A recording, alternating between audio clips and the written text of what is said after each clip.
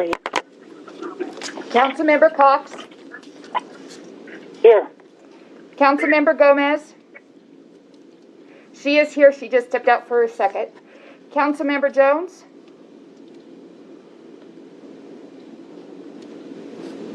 Councilmember Jones.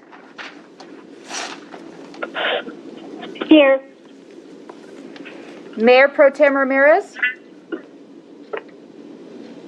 Here. Mayor Garcia. Here. Okay, Mary. Did you acknowledge? Okay, at this time we will have closed session announcements by our city attorney, please.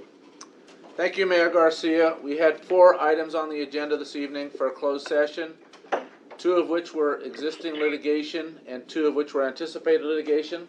First item was existing litigation pursuant to Government Code 54956.9 D1. The parties to that litigation and the case number is set forth on the agenda. The other existing litigation was item D, pursuant to Government Code 54956.9 D1, and again, the case name and case number is on the agenda.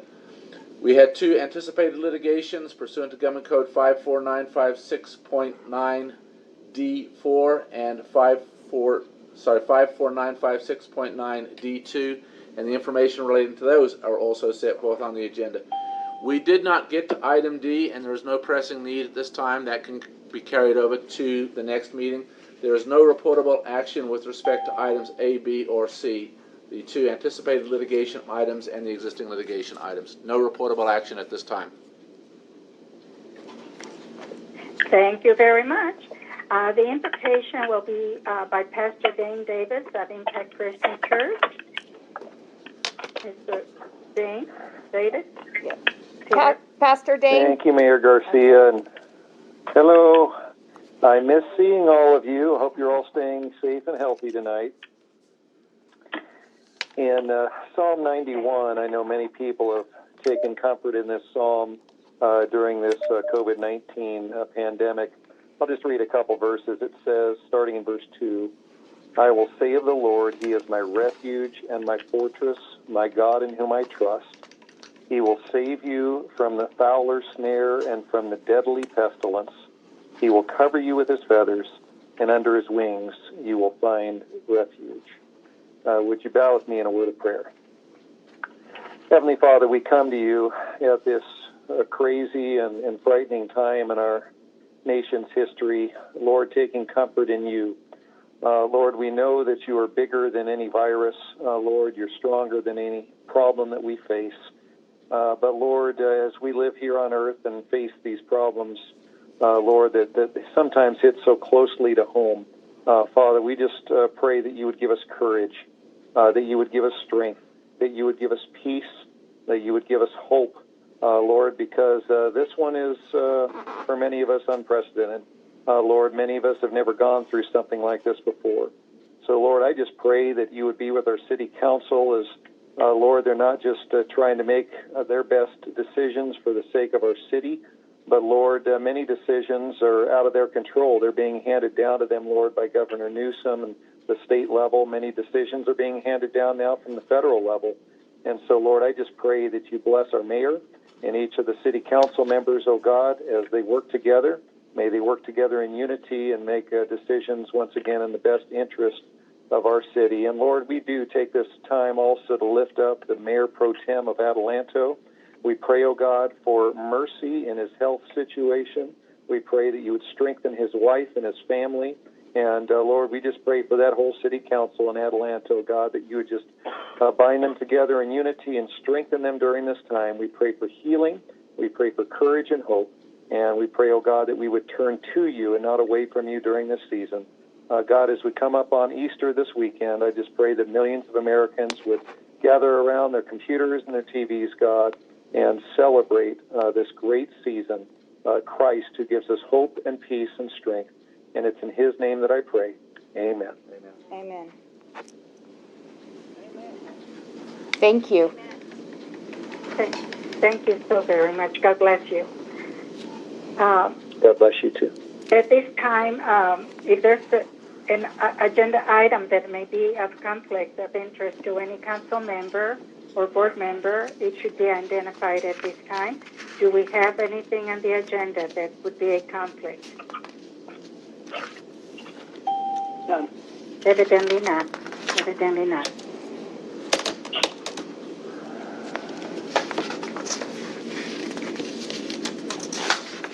Charlene, did you want me to continue, or did you want to? I can. The first will be a public hearing for the wells 122 and the 123 pump to waste award of contract. The recommendation is that the Water District Board approve the notice of exemption for well 122 and 123 pump to waste project. Award a construction contract to DDH Apple Valley Construction for wells 122 and 123 pump to waste in the amount of $335,000. And I'll first ask if all council members. Yeah. Go ahead. Go ahead. I'm sorry, Charlene. No, I'm sorry. Okay. I'll ask council members if they have questions of staff first, and I'll go, if it's okay with you, Mayor, the same way we've been going by alphabetical, and then with Mayor Pro Tem, and then you Yes. at the last. Go ahead. Okay. Yes, that's fine. Go ahead. Does staff want to talk, or do you want me to open up? I have a question. Okay, Hello? Councilmember Cox? Okay. Yeah, as I remember some years ago, this is a question to the staff before you open up the public hearing. As I remember some years ago, I think I remember this, that when they had to pump out the wells, or in other words, pump the waste, they just pumped them in a drainage channel. There's nothing wrong with the water. Why isn't that still sufficient? Madam Mayor and members of the council, I'll have Brian fill in the blanks that I can't. But in some cases, we have wells that discharge in whether they're to a on-site pond or they actually run down the street, curbs and gutters and things like that. This is intended to retain everything on site first in these tanks and then eventually perk them back down into the ground. You are correct that there is nothing wrong with the water, even if it were to continue to run down the streets, as I've seen in many cases. The reason there's nothing wrong with the water, it comes directly from the ground, but before we actually pump that water directly into our water system, we do discharge water so that we can rid the water that goes into the public system from any silt that's brought up from earthen silt that's brought up from the aquifer. So this is intended to contain more on site, pump it first to a tank, let the desilting occur, and then let a slow discharge into a percolation pond that eventually gets the water back down into the ground directly below where the pumps are located. Brian, did I miss anything or say anything that wasn't entirely accurate there? No, Keith, I don't think so. And also, Doug Matthews is available too if there are any other questions.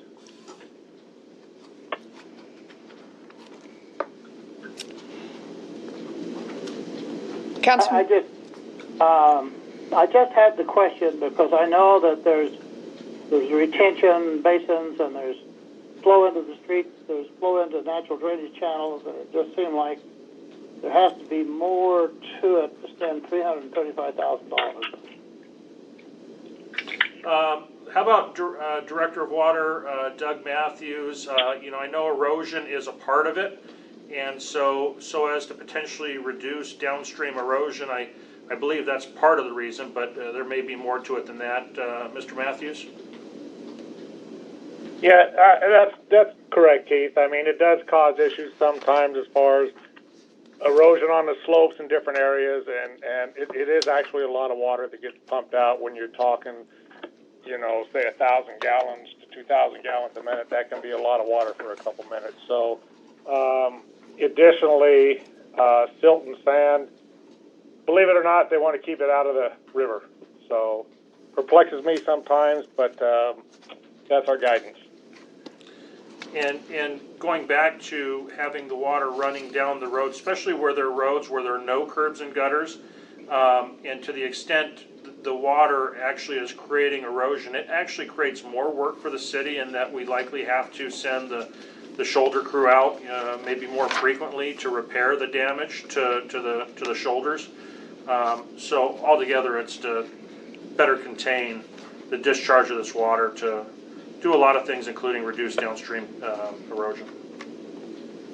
Yeah, a lot of our wells are not actually next to a wash or some type of drainage channel. Right.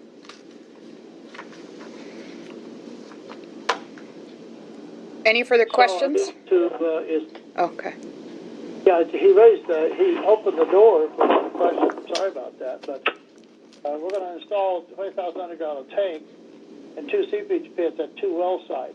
So those Palmas and Silica Drive then aren't close to a drainage channel.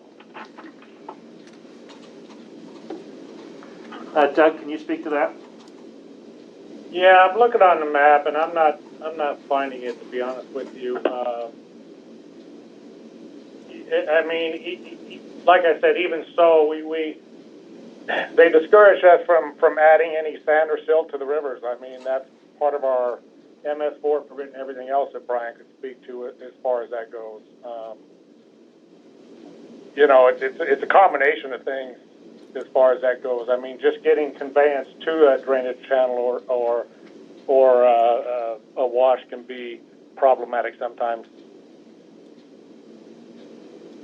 That is true. Yeah.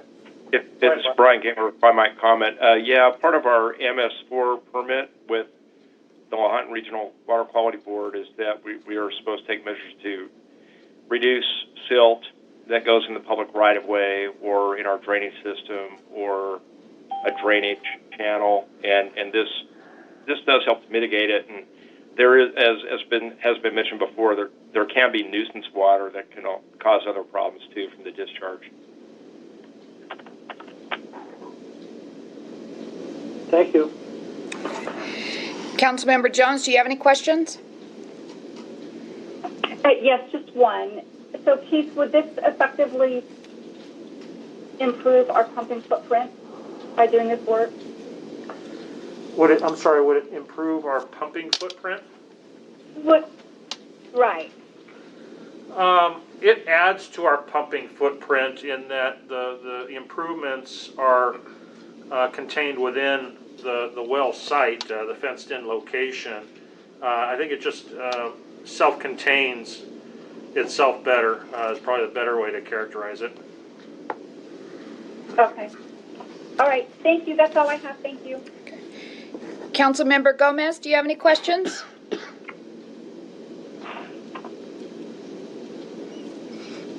Councilmember Gomez? Yes, I'm sorry. You were muted when I was speaking. I apologize. What is the cash flow of this account currently? And can we foresee any appropriations of monies in the upcoming budget year for the affirmative decision if the council were to decide in the affirmative to contract with CDH Apple Valley Construction? This particular item, I would say cash flow is consistent with the way the budget was prepared because this item particularly doesn't require an additional appropriation. It is from the Water Fund 410, which is rate funded rate funded by water users. It is a rate funded capital project. So I guess to answer the question without the actual numbers in front of me, it cash flows consistent with our fiscal budget.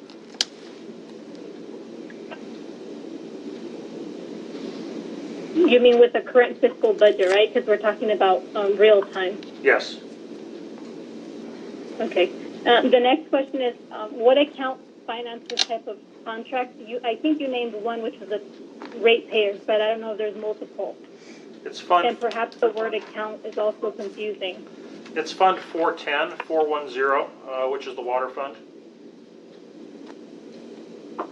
I guess my question goes to how does that get funded? I mean, money doesn't grow on trees. I don't mean to be rude. I'm just trying to explain. So where is that coming from? taxpayers, what did you call them, ratepayers? Ratepayers. Oh, that's the only one. Okay, and are there a schedule of fees that's already implemented? If so, what year was that? Was that last year? Because we revamped it again, or was that this year? We operate in accord with a 5-year rate plan, and I believe we're in year 4 of that rate plan. That's where Mr. Matthews can correct me if I'm wrong. And this year, we adopted a rate increase consistent with the rate plan when we approved the budget. And that's correct. And we have in our master plan and in our budgets to do about 2 of these sites a year. Okay. So with that said, if we have 2 of these to be implemented and it's part of the master plan, why did Lahontan have to come into the picture? And more explanation if you can contextualize with, I think I heard Mr. Brian Gangler state it reduces silt and drainage channels to mitigate Lahontan's requirement, what they were, and despite the fact that there may be some type of water nuisance that can cause other things. Would you be able to contextualize Lahontan with what we're doing here in terms of the fiscal impact, how Lahontan plays in, and what we're doing today with this particular item? Mr. Gangler, you want to try to address that? Yes, I can. So the city has a municipal sewer storm permit with Lahontan, and it's basically a stormwater permit. And under the umbrella of that permit, there are a lot of activities and programs that we have to adhere to, and the overarching purpose of it is to improve water quality, especially from stormwater runoff. And silt is one of the things that we're supposed to control as is feasible within our budget. And so this is just one thing that helps control silt and nuisance water that can cause erosion downstream and also transport silt. And so this is just part of the overall program of a number of things the city does to adhere to the stormwater permit that we have with Lahontan. Thank you. No further questions. Mayor Pro Tem Ramirez, do you have any questions? No. Mayor Garcia, do you have any questions? No, everything has been answered. Thank you. I'll go ahead and open the public hearing. Is there anyone on the line that would like to speak on this item? There being no one, I'll close the public hearing. Mayor, would you like to ask for a motion in a second? Certainly. At this time, we need a motion and a second. I accept the invite to move as recommended by staff.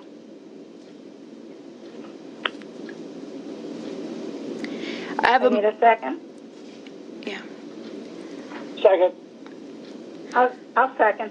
I have a motion by Councilmember Gomez, and I have a second by Councilmember Cox. All those in favor, I'm going to call roll call right now. Councilmember Cox? Yes. Councilmember Gomez? Aye. Councilmember Jones? Aye. Mayor Pro Tem Ramirez? Yes.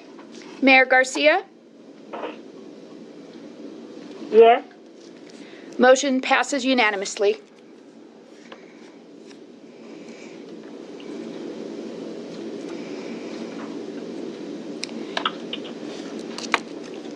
Mayor, do you want to open up the consent? Yes. Okay. Now we move on to consent calendar, and we have consent calendar items 2 through 9, and they may be approved with one motion unless there is an item that needs to be approved for discussion.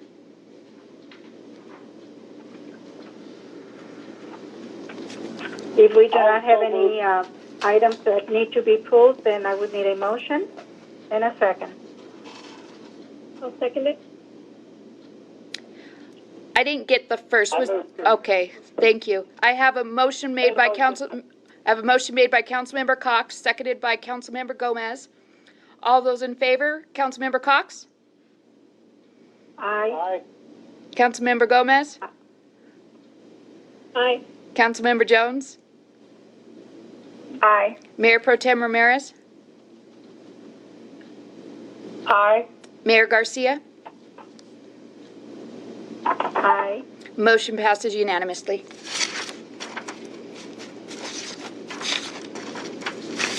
Now we move on to our written communication. Charlene, I'll let you continue from there. Okay. This is a termination of power purchase agreement between the City of Victorville and Hecate Engineering. The recommendation is that the City Council approve the termination agreement between the City of Victorville and Hecate Engineering, Palo Alto, authorize the City Manager to execute said termination agreement, and adopt resolution number 20-015, amending the fiscal year 2019-2020 budget by $50,000. At this time, I could ask council members if they have questions. Councilmember Cox, do you have any questions? No question. Councilmember Jones, do you have any questions? None, thank you. Councilmember Gomez, do you have any questions? Yes, I know this was part of our closed session discussion, which presumed that it wouldn't come until the next council meeting. So I was left with not really finding what the benefit was for us to release $450,000 and keep $50,000. And if someone can clarify, I just don't see a benefit. I almost feel like we're losing over $500,000 and we're keeping not even a 1% just to recover what would be the time being spent. I mean, do we have evidence of the time being circulated and documented so that we can see that it amounts to over $500,000? I mean, $450,000. Sorry. Yeah, Madam Mayor and members of the council, if I might, and Director of Electric Utility Services Brenda Hampton is also on the line, and she can fill in the blanks where I can't, and she can correct me where I may be wrong. But this transaction dates back to April 17th, 2018, and it effectively was an agreement by Victorville Municipal Utility Services to forward commit its purchase of electricity once the developer, in this case Hecate Palo Alto, completes the build-out of a solar power generating facility.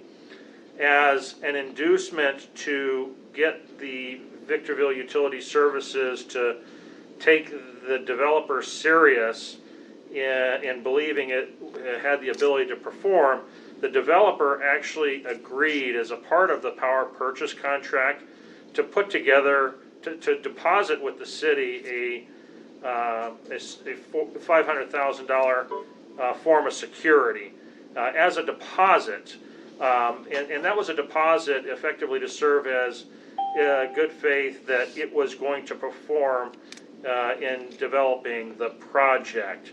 Now, as it made the deposit as security, that money was never earned by Victorville Utility Services and has never been earned by Victorville Utility Services. However, because the developer was unable to satisfy provisions of the contract and actually complete the build-out of the proposed power generating facility, the parties decided to enter into settlement conversations to actually unwind this transaction.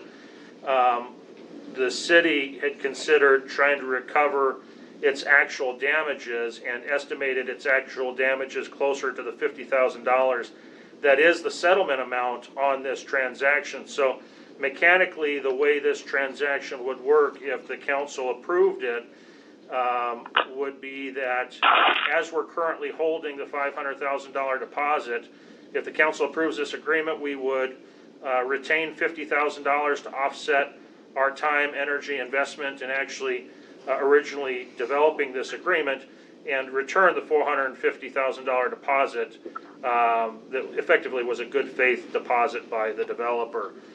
So just to be clear, any of that $500,000 was not earned. It was more of a performance guarantee that it was going to build. And with the settlement, we're just recovering our costs. Okay, so there's a little bit more clarification there then. So in the conversation, I had understood that we, as the city of Victorville, had put a deposit to allow Hecate to show faith with the financing firm so they would get loans and be able to do the production, and then we would get our portfolio met. But now it's my understanding that they did the deposit and we're gaining 50 grand, which means that's to help with the costs that were incurred during the process. Is that what I'm hearing? That is correct. I got it. Thank you for that clarification. I have no further questions. Mayor Pro Tem Ramirez, do you have any questions? No. Mayor Garcia, do you have any questions? No, I'm just glad we made 50 grand. Let me check on, let me check on the line to see if there's anyone who would like to speak on this item. Is there anyone who would like to speak on the item on the phone? There's no speakers. No. Okay, at this time we need a motion and a second. Yes, Madam Mayor, I move the staff recommendation. Second. I have a motion by Councilmember Jones, seconded by Mayor Garcia. All those in favor, Councilmember Cox? Aye. Councilmember Gomez? Aye. Councilmember Jones? Aye. Mayor Pro Tem Ramirez? Aye. Mayor Garcia? Aye. Motion passes unanimously.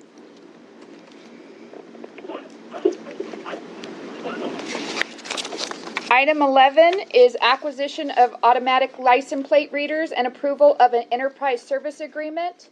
That the City Council approve the purchase of 37 fixed automatic license plate reader Reaper HD cameras in the amount of $397,959.31 from Vigilant Solutions LLC. Approve the enterprise services agreement for automatic license plate recognition program services for a period of 1 year, and authorize the city manager to execute said enterprise service agreement and any transactional related document to effectuate this transaction. I will ask council members if they have any questions. Councilmember Cox, do you have any questions? No. Councilmember Jones, do you have any questions? Yes, I do. Thank you, Madam Clerk. So, Mr. Metzler, this item comes in at significantly below what was appropriated for this project. So, is this the full of the project, and does this is what we're looking at now, is it sufficient for our present needs, and does it also work for anticipating our future development and population growth? Thank you, Madam Mayor and members of the council. So this item, as you'll recall as the council, we did approve $450,000 as a capital budget item for this technology. While the fiscal impact shows 397 as being less than the 450, there is a separate maintenance contract that goes along with this that will actually get us pretty darn close to the 450,000. That maintenance contract, however, does not have to come back to the council because it actually fits within my purchasing authority. So once this is approved, then I can move forward with that maintenance contract, and we will spend as much of that $450,000 as possible. Speaking to the scope of the project, and myself and Police Chief Bessinger, who is on the phone as well, and he can fill in some blanks for me. This item is what we're considering completing 2 of 3 phases of an entire scope. The reason why we couldn't complete all 3 of all 3 of the phases is because to complete all 3 phases, it took us, the cost of the 3 phases took us to a price that was greater than what we had budgeted. So at this point, phases 1 and 2, which comprise 37 high-definition ALPR cameras, will be purchased and installed. And our vision, without being in the budget process yet, though we're nearing the developing and the drafting of the budget, we're envisioning budgeting at the least phase 3 to be done in the next budget, and presuming the council approves that, then we can move forward with the fully intended scope.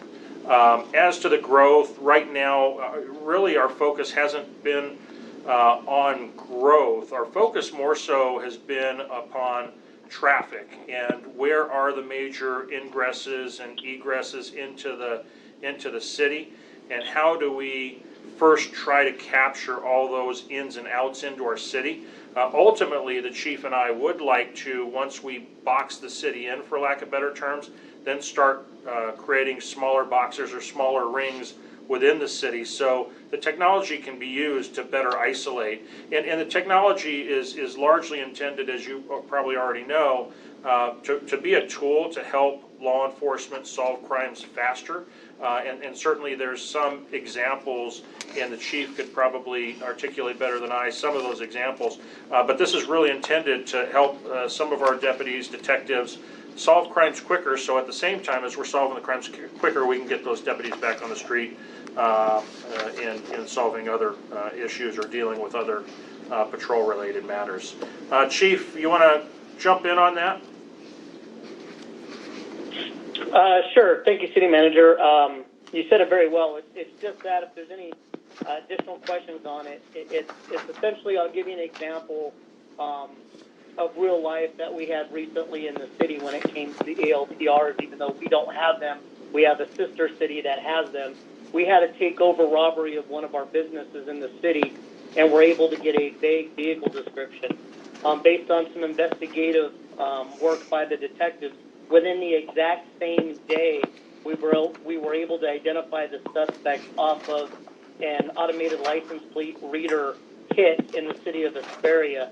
It ultimately led to the arrest of the suspect for the takeover robbery. Without that information from that ALPR, it's questionable whether or not we would have been able to solve that crime that timely and or at all, because we had a vague vehicle description and that was it. That's just a small example. There's other examples that we have of license plate readers from the simple standpoint is recovering stolen vehicles, for instance. Also Amber Alerts, things like that. Those things get put into that system, and essentially what it's akin to is having a deputy sheriff standing at an intersection where this camera is and being able to see every license plate and being able to immediately know whether or not that's a endangered person, a wanted person, or anything like that, plus also notating down the type of the vehicles, models, so on and so forth. So other than the basic, yes, you get a stolen vehicle hit, there's also you're collecting data for further investigations, which in that one particular case really helped us. This is a proven technology. This isn't something we're just stepping out on our own for the first time. There's various cities throughout California and the country that have this technology, and it's been proven. And it's been proven to be a force multiplier when it comes to law enforcement. Terrific. And then just a quick follow-up. So how many readers are we looking to add in phase 3? Phase 3, my documents here show that there's an additional 20 that we would accomplish in phase 3. All right, very good. Thank you. That's all I have, Madam Clerk. Councilmember Gomez, do you have any questions? Yes, I do. Can you hear me? Yes. Yes. Okay, perfect. So, yes, there are numerous concerns with this license plate reader for obvious reasons that I have encountered with the general public, and I'm only going to voice a few in terms of questions. So some of these concerns, if Captain Bessinger can chime in, will the police department be storing millions of records in terms of capturing these license plate readers and storing the data?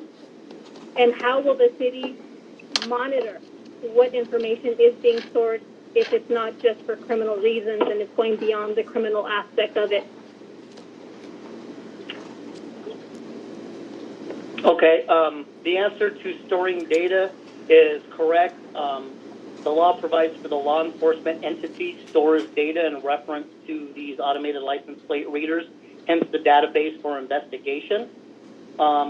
Therefore, it can only be used for law enforcement purposes. So the Sheriff's Department itself would be responsible for storing that data. Please enter your PIN followed by the pound or hash. If you do not know your PIN, enter pound or hash.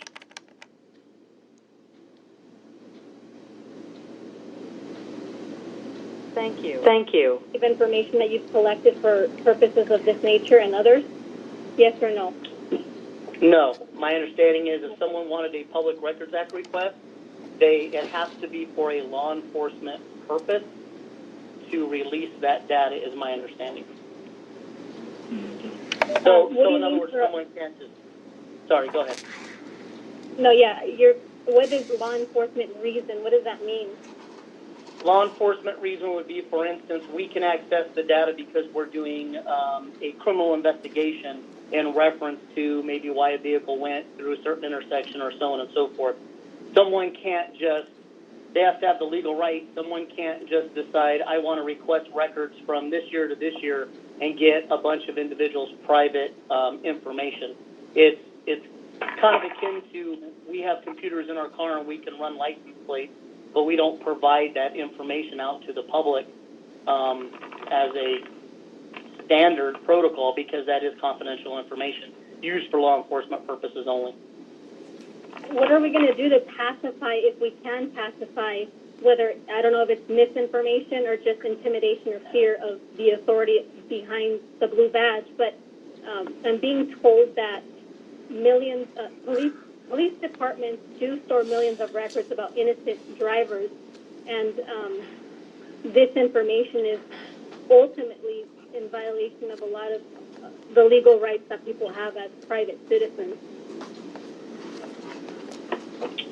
Well, again, this system has been around for a while and is proven, and I don't know of any laws that states that the storage of that information is against the law from someone's, as you stated, innocent citizens.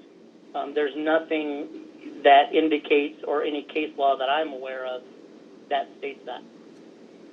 Right. So I wanted to make sure that it was on the record that the concerns of residents is such that the retention of such information, including innocent bystanders, would be collected, and there would be no restriction to a lot of the protection of their privacy rights. And of course, there's always the other argument of lowering crime, and hopefully it's just for the criminality aspect and not to, no pun intended, to quarantine the city of Victorville for any criminality or civil actions or of that nature. So it's really to show that there is different perspectives of how we feel of certain things being done that could be restrictive to our rights. Thank you. Mayor Pro Tem Ramirez, do you have any questions? Yes, I do. I would like to know, upon approval, how quickly will we have that actually in fact? How soon will we be able to use this particular project item? Brian Gangler, city engineer, do you have an idea? I know you helped scope this for us. I don't have a definite schedule, but I know that there are a number of physical things that need to be done in the field. There's equipment that needs to be installed. cameras, etc., and they need either they need some kind of communication to it, whether it would be via radio or fiber optic. So it would certainly take some time just to mobilize and install those improvements, but I don't have a definite schedule on that. We can follow up with you on a better schedule once we get a schedule from the contractor, Councilmember Ramirez. Okay, the second question is, because in the high days we're all concerned about the rate of crime, is there a history on the purchase of this particular project that will lessen crime by a percentage? In other words, are we looking that we would be able to have at least 2 or 3% less crime because we have this capability of resolving a crime faster? I would certainly hope so, but being the professional in that field, maybe Rick is the best one to answer his perspective. Yes, ma'am. I would say I hate to put a number to it because it obviously would be an estimation on our part once we get them equipped in the city.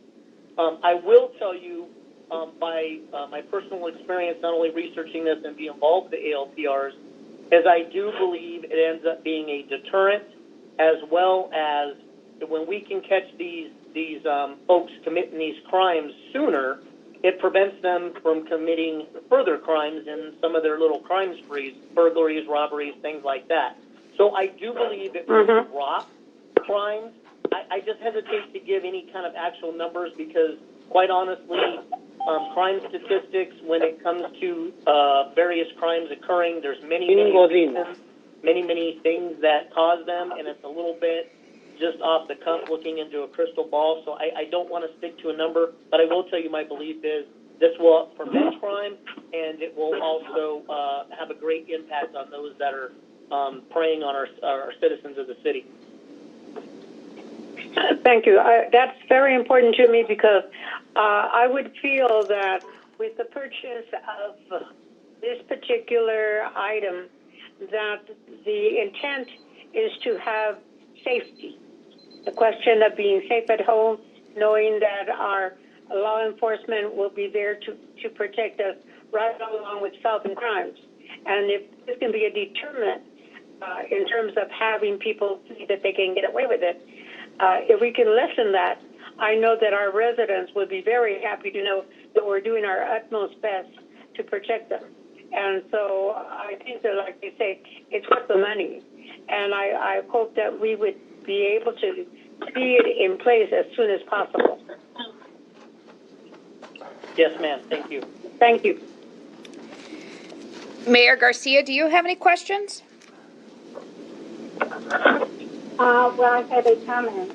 On the case that we finally are going to have this license plate reader, because if you can actually stop a criminal or if you can trace a vehicle, immediately, because their pattern is they don't just commit one crime, they continue from there on to commit other crimes. So if you can actually put a stop to them immediately, it prevents additional crimes. So I'm really looking forward to getting this license plate reader. Thank you. I'm going to see if there's anyone on the phone that would like to speak during public comment on this item. Is there anyone there that would like to speak on this item? I would like to make a comment. Okay, could you state your name for me? Barbara Whitting. I'm sorry, it threw me off the line. Okay, Barbara, you have 3 minutes, please.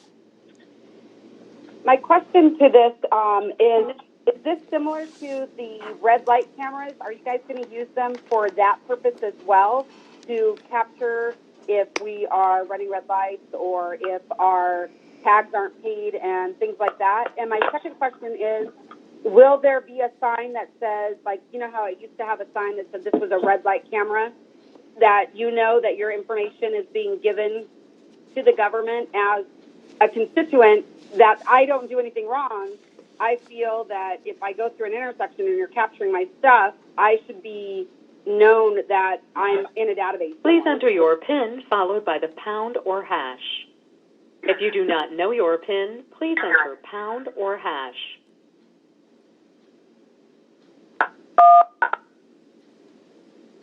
Hello?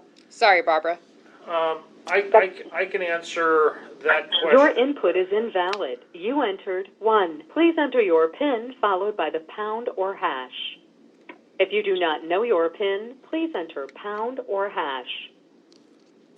I don't know why it's doing that because I'm not pushing it. You're not. No, yeah, that's coming from the Okay, city thank you. council line. Yes, this is Valentin Godin. I'm trying to catch up to this meeting. It's a surprise to me. and I'm sorry, haven't Valentin. had time to connect. I'm sorry, Valentin. Could you hold? We have another person during public comment right now.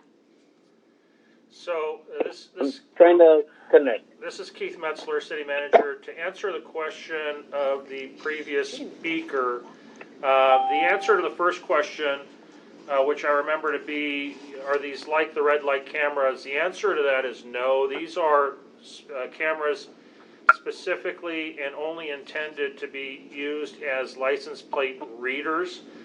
So video will not be used to do any other traffic enforcement other than just to collect data on license plates and vehicles driving through that are connected to those license plates.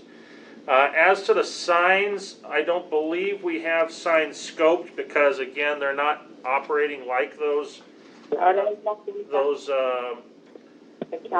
red light cameras.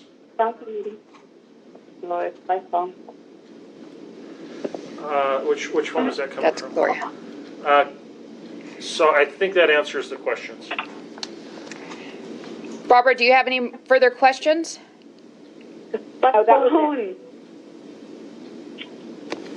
Nobody's there. Everybody's on their phone. Josie. Barbara? Let me just jump in. For all my leadership, department heads on the council's line, please mute your phones. This is Barbara. I'm good. Thank you. All right, thank you. Is there anyone else that would like to speak on this item during public comment for item 11? Okay, there's no further comments on that. So, Madam Mayor, if you would like a motion to ask for a motion in a second. Yes. At this time, I request a motion and a second. I so move staff recommendations on this. Second. I have a motion by Councilmember Cox, seconded by Mayor Garcia. Is there any further comments? Yes, I would like to state something as well. I don't know if the response that he provided, Barbara, was founded within the agreement or the contract that we are about to initiate into an affirmative or not. And so it was stated that it's only intended as a license plate reader to collect data and license plates connected to the license plate, which means in the interpretation that it wouldn't be used for any other fashion. However, I didn't read that within the contract or within what was going to occur, so I don't know if that's something that needs clarification. But again, as a misnomer or someone that's known to voice different voices, I'm going to go ahead and vote in not the affirmative because we have enough people to vote for it. And plus, I do feel really strong about the privacy violation of a lot of these issues being regarded within the streets as misappropriated, and we're not going to have oversight from the city of Victorville, it looks like. So it's kind of just going to be dangling there, and who's going to be asking for information to make sure that that is essentially not happening. And so that's the comment that I wanted to let go. But please don't misinterpret it that I want more crime, because that is not what I am saying, and it shouldn't be interpreted as that fashion. I have different concerns that the values of other people also need to be spoken, and my voice is going to be directed towards that voice. Thank you. Is there any further comment? Okay, I have a motion by Councilmember Cox, seconded by Mayor Garcia, All those in favor, Councilmember Cox? Aye. Councilmember Gomez? Nay. Councilmember Jones? Aye. Mayor Pro Tem Ramirez? Yes. Mayor Garcia? Yes. Motion carries with Councilmember Gomez voting no. Now, item number 12. This is an update on the city's approach to the coronavirus, COVID-19. Any action is at the discretion of the city council. Do you want to take or do you want me to ask questions? Madam Mayor and members of the council, since February 18th, which was the originating date for when the council asked that we report on what we were doing related to COVID-19, that was at a time where it was certainly before we really started feeling the issue locally, and certainly before we had done a number of things, which includes having declared a local emergency. Of course, the emergencies have extended worldwide and are felt nationally and at our state levels as well. And of course, since we met last for that purpose of ratifying the emergency declaration, staff had gone so far as to stand up its Emergency Operations Center. That EOC, as we call it, is still stood up today and still being staffed largely by your leadership and their support staff. And since having been stood up, it was stood up for what started out to be 4 primary goals. Those goals being to attend to the homeless population's need, to ensure that all of our employees had adequate PPE in providing their services to the community. We also identified a goal to, and we managed this goal, to monitor all of the state, federal, county regulations that seem to be changing on a daily basis. And of course, managing our human resources, all with the intent of better readying ourselves in case this pandemic turns into something even more dramatic than what we're experiencing, which in our minds would include needing additional facilities for COVID patients, whether symptomatic or tested positive. So we've been operating in an EOC environment. City Hall has been closed, city facilities have been closed, city parks have been closed to the public, yet we still provide the services to our residents. Because the City Council asked for an update as to what we were doing, staff put together this staff report that outlines all that we had done since the drafting of this staff report, and that was March 26th. And unless there's any specific questions on that, I think you can see that we've done quite a lot when it comes to pursuing projects that are consistent with the goals that I had just outlined. But in addition to that, and since March 26th, I'll share with you that for our non-sheltered homeless population, we had since added 2 additional sanitation stations for use by our homeless population. We now have 8 sanitation stations deployed in areas that are frequented by our homeless population. The purpose of these sanitation stations is to improve hygiene in order to reduce the spread of COVID-19 to our homeless population and broader community. City employees continue to monitor the sanitation stations for use and damage, and the sanitation stations are serviced daily. Code enforcement officers are used and have reported that most encampment occupants have continued to utilize the provided trash bags and trash receptacles and have seen encampment cleanup activities in action. A map of the location and details listing the resources available at each of the sanitation stations is now available on our city website, which is victorvilleca.gov/coronavirus. In addition to that, and specific to our sheltered homeless, we've also done a lot to attend to that population. We've ordered and provided additional gloves, masks, thermometers, HEPA filters, and HEPA filters to the local homeless shelter sites. We have 3 that we're working with closely. We've also compiled a list of more than 60 individual volunteers, including 21 nursing students, to assist the homeless shelter with operations and expand those operations to city shelter sites if and when activated. One other thing that we've done, because our homeless population is very unique, we've also purchased a number of kennels and supplies in preparation for potential to shelter animals accompanying homeless individuals at our city's shelter sites if and when activated. Beyond that, our Victorville EOC continues to coordinate with and support of our county local agencies. This was evident at the recent COVID-19 testing event the county hosted at the fairgrounds last Thursday.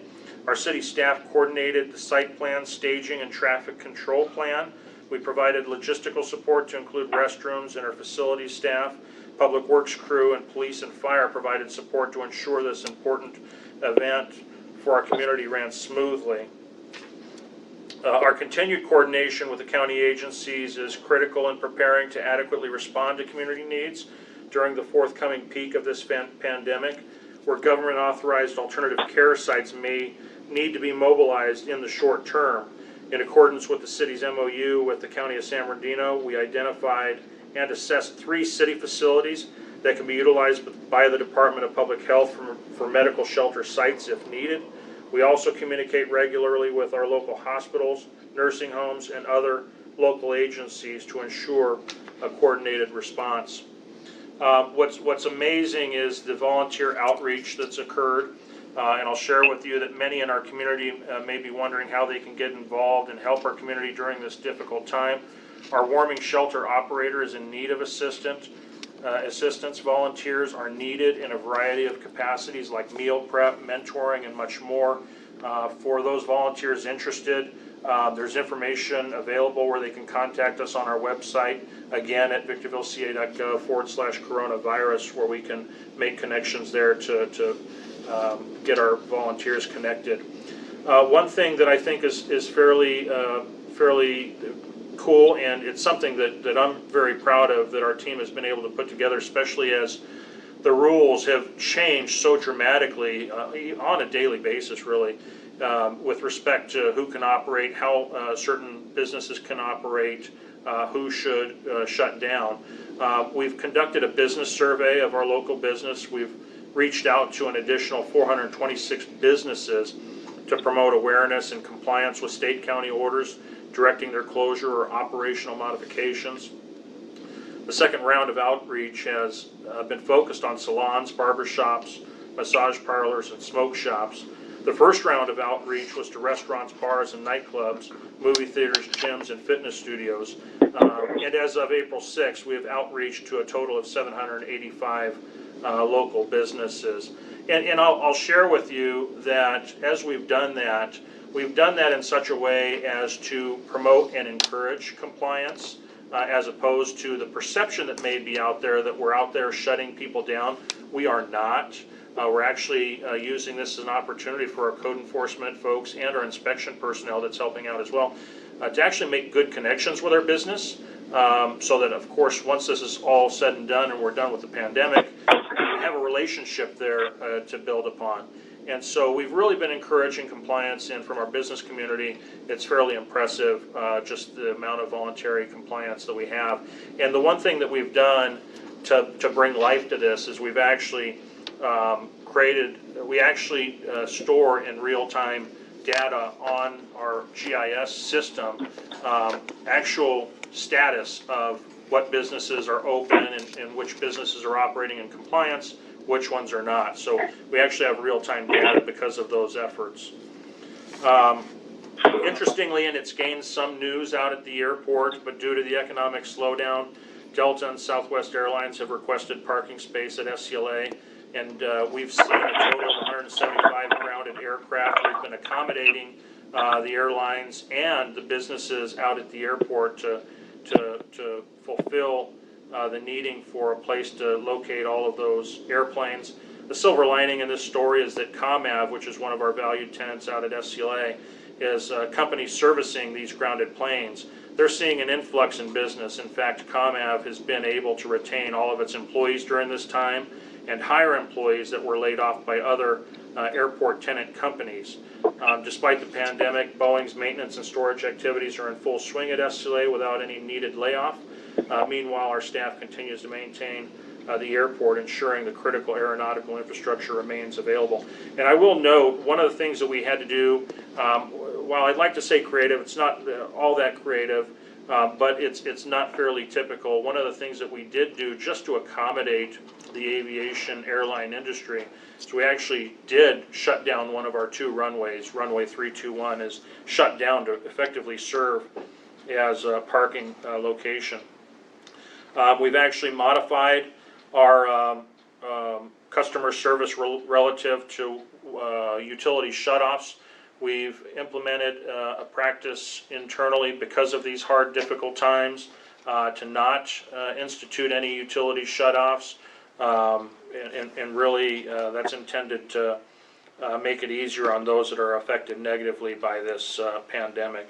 And then finally, we manage so much of our communications through our website and through social media, and I would encourage you as a council and certainly the public that's on the phone, because there's so much evolving on a daily basis, so much changing, whether it's our website at victorvilleca.gov/coronavirus or our Facebook, Twitter, or Instagram. We're posting information there daily just on the changing environment and landscape that we're dealing with.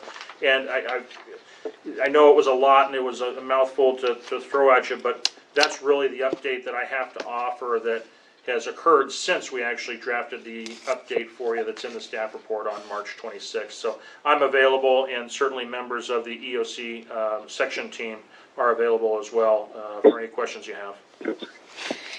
Councilmember Cox, do you have any questions? I have none at this time. Okay. Councilmember Jones, do you have any questions? Yes, just one.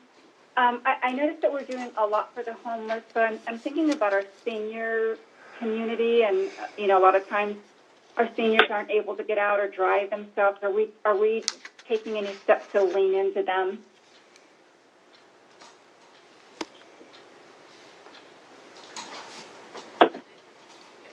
Let me have Sophie Smith, who is serving as the EOC director. I can let her address that.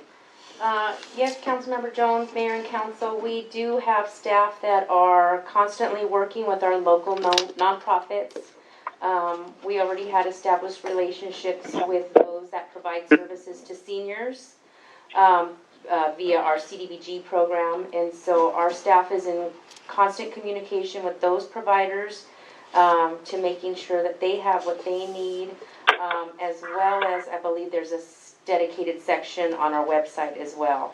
So we are tending to that vulnerable population as well. Terrific. Thank you. That's all I have, Madam Clerk. Councilmember Gomez, do you have any questions? For the COVID-19, right? Correct. Well, I had a couple of things that I wanted to, I spoke with Keith earlier as questions, and I think it merits for at least some of it to be released to the public who watches us through different means. And one of the questions was that personally, as a council member and a public servant, I was feeling disconnected in terms of what my city was doing, despite the fact that I did get numerous texts about COVID-19 and the homeless issue and the EOC in preparation of doing a couple of things. But notwithstanding that, what was happening was this information was not filling the gap for me to be able to fill up the gap for my community as a whole. So the marketing, although it's a lot that the city of Victorville is doing, and I found that out today, it's not being marketed, and if, as a council member, I feel disconnected. I think our community feels disconnected as well. And how are we bridging that, and how can we work towards something to bring the community up closer, kind of like LA does it, Kumo does it over there in New York. I mean, the president's doing it at the mass level, but our local cities seems to be very disconnected, just getting the influx of information from outsourced information and not within the bounds of the city of Victorville. And Madam Mayor and members of the council, one of the things that I did share with Councilmember Gomez, notwithstanding all that we've done, and I actually have to give a lot of credit to our public information team, because in my opinion, which is based upon what I've directly seen, they've gone above and beyond in terms of communicating our message. I think in comparison, though, in relative to some of the examples Councilmember Gomez gave, I will share with you that our role is slightly different than some of those big cities or states or the national government with the president. We as a city are largely focused on our local residents. We don't have a public health director, for example, so we're not in a position where we've got to speak daily to provide clarity to all of the regulations we just created. We're not creating regulations, we're not in that role. So that compared to, say, the mayor in Los Angeles, again, our role is different given the type of responsibility and resource that we have. So I certainly believe what we've done is fairly impressive, not only in terms of a response, but in terms of how we've actually communicated to the public. And one thing that you're privileged to, that I wish I could share with the public, is of course when things are happening in real time, I'm fairly regular in texting you and sharing with you information that ultimately gets released to our social media masses. So with that, I would say that I believe we're doing a lot. It may be different than what you see on Channel 7, because I would compare our role as being dramatically different than a big city or a state or even the federal government. So hopefully that helps. Keith, if I can add to that. Yeah, that helps. Is it okay to add to that, Mayor? So. Yes. Thank you. Our PIO is on the line, and we actually have a tool that we use that helps measure what kind of discourse is going on in the community and the sentiment of the community and where the majority of information is coming from on COVID from the community. And our PIO monitors that daily. So Sue Jones, I think you're on, but because we are taking the pulse of the community via Zen City, can you just share a little insight into what your data is showing you as far as our community response and our role in that? Sure, I'd be happy to.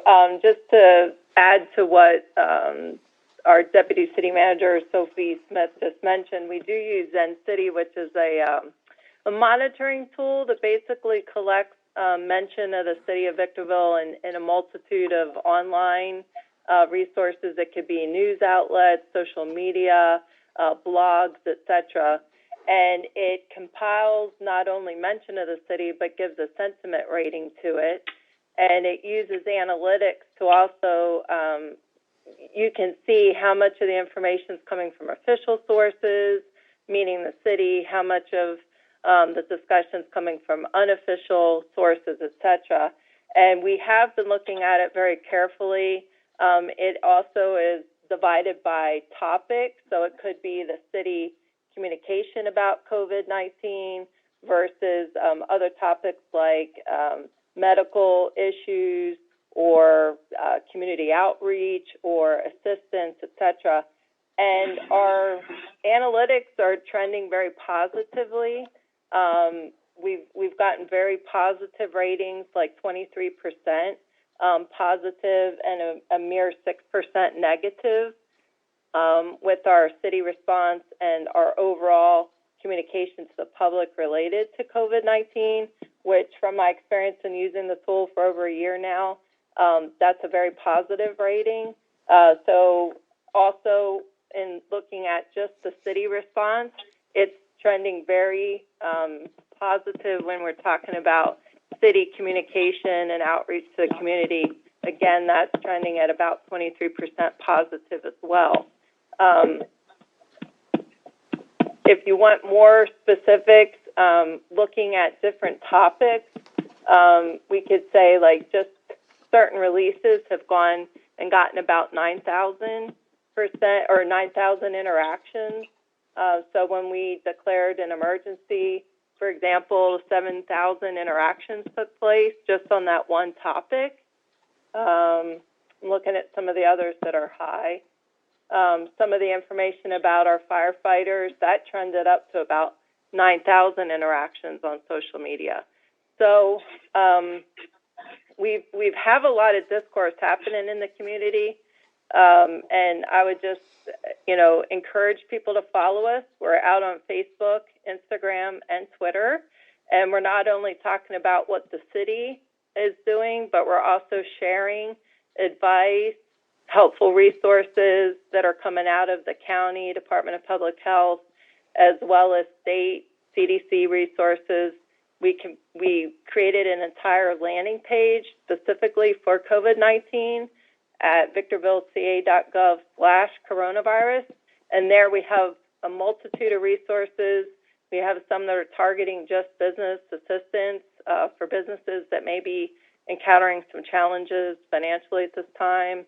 We also have health resources and advice, as well as information about our specific response at the city level, such as our outreach to the homeless, etc. Thanks, Sue. Okay, thank you for that information, which draws me to two more questions to ask. Are these metrics only used through technological tools? We know that there is a digital divide in America for the purpose of discussion.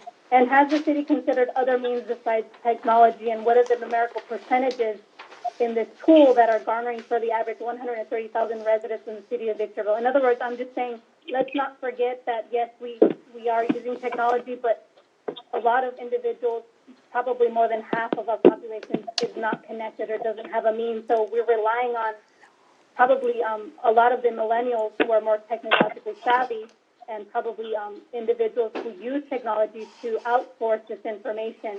And hopefully it dwindles down to how much individuals are hearing. And so that is why I'm asking the question, not to say that Victorville isn't doing anything great, because it is. I'm just also trying to capture that there's other ways or other categories that we perhaps could be missing, but although we're capturing probably 100% of one aspect of a subtopic. But I appreciate it. Mayor Pro Tem Ramirez, do you have any questions? I simply would like to say that I thank our city manager and his staff and all the volunteers that have helped in this crisis, and I am so proud of being a part of it, and I thank you for the information, Keith. It was wonderful and excellent to know that we are doing, that you and your staff are doing such a good job to benefit our residents. Thank you so much. God bless you. I echo that. Thank you. Thank you. Mayor Garcia, do you have any questions? No, I don't have any questions, but I also would like to say thank you to our city manager and his staff and our city clerk and everyone involved in everything that they have done, within our city. And by keeping the public informed of all the development that's taking place within our city regarding the COVID-19, not only does it lift the morale, but it just gives them that this will be, that we can actually put an end to this. I have heard from so many people, just giving praise to the city for everything that they see that the city is doing to combat this crisis that we have, you know. And I just want to say thank you. I know there has been so many hours and so much work involved here.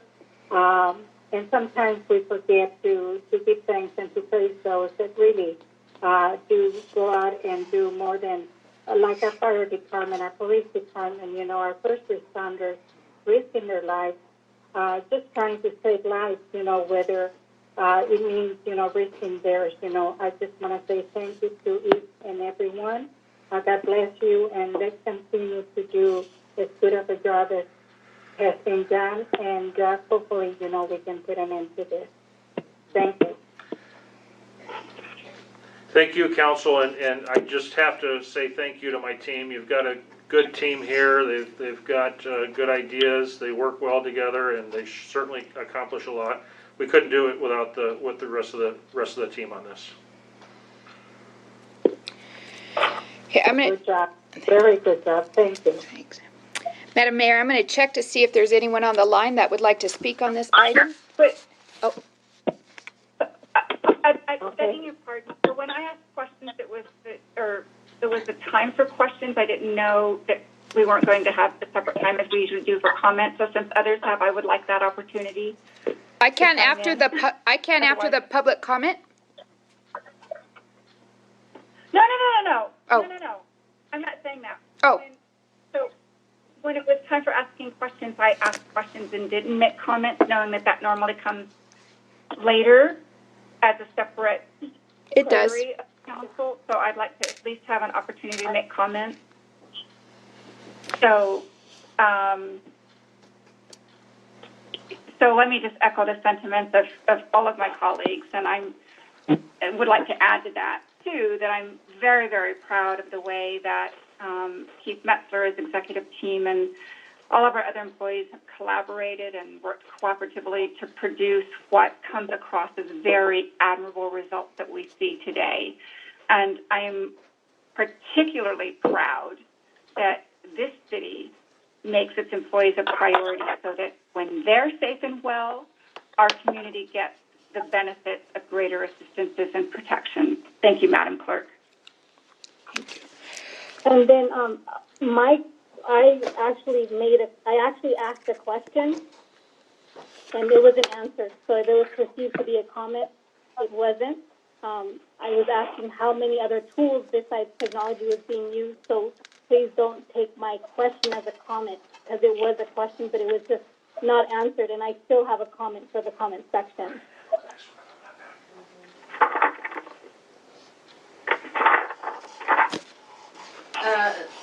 Madam Clerk, do we have time to continue this? I have Sophie Smith is here. So the primary communication tools to answer the question have been social media, website. I wish we had the time to make calls out to a lot of people. We just don't. We did have the mayor put together a lengthy message and lengthy reassuring message to all of the residents of the city and businesses that is on our landing page of the website, which was very well received according to our insight on that. So, between the video and what we could with technology, there's and actual press releases that we've done. So that goes to print media, etc. Other than that, I'm not really sure of any other practical ways that we could do more outreach, but we're absolutely welcome to anyone's ideas on what we can do additional to that.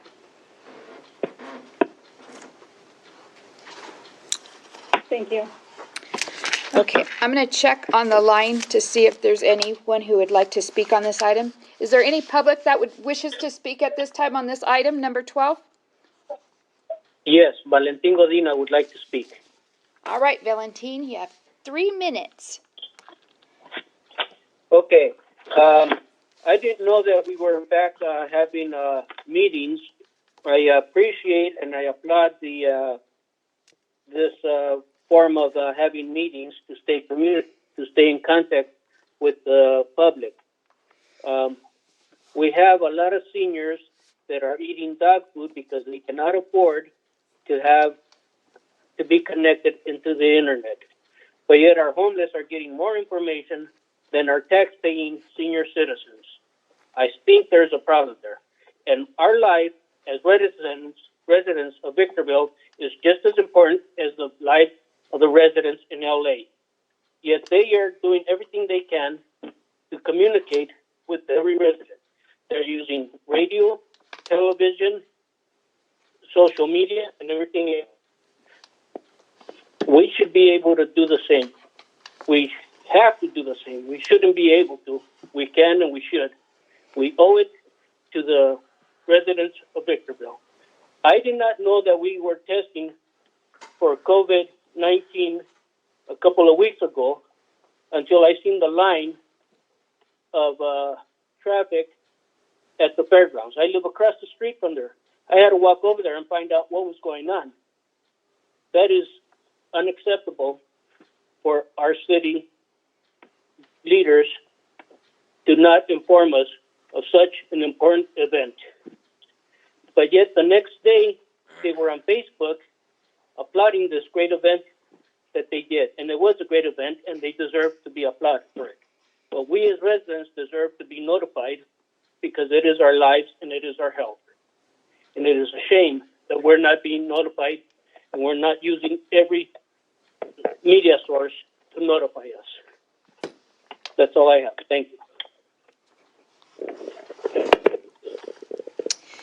Is there anyone else that would like to speak on this item? Paul Marsh. Hi, Paul. You have 3 minutes, please. Okay, it's going to be very brief, but good evening, everybody. I'm glad to hear everybody. Sounds like everybody's doing really well. But speaking about Facebook, the updates on COVID-19, is it true that I guess there's a rule, or not really a law, but a rule that's being put in place now to where we have to, anybody that has to go outside for any reason, they must wear a face mask, or they could be fined up to $1,000?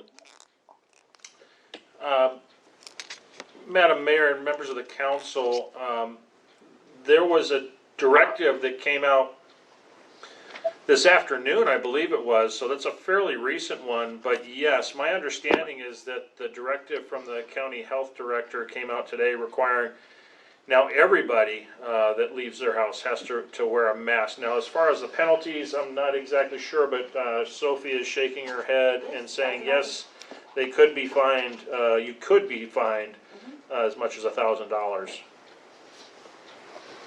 Okay. That one just came out today. I just saw it on Facebook. Yeah, 'cause I just saw it on Facebook, and I know that they're continuously updating, things about the virus and stuff. I just didn't know if that was true or not. But that one is true. Okay. All right. Thank you. Is there anyone else on the line that would like to speak on this item?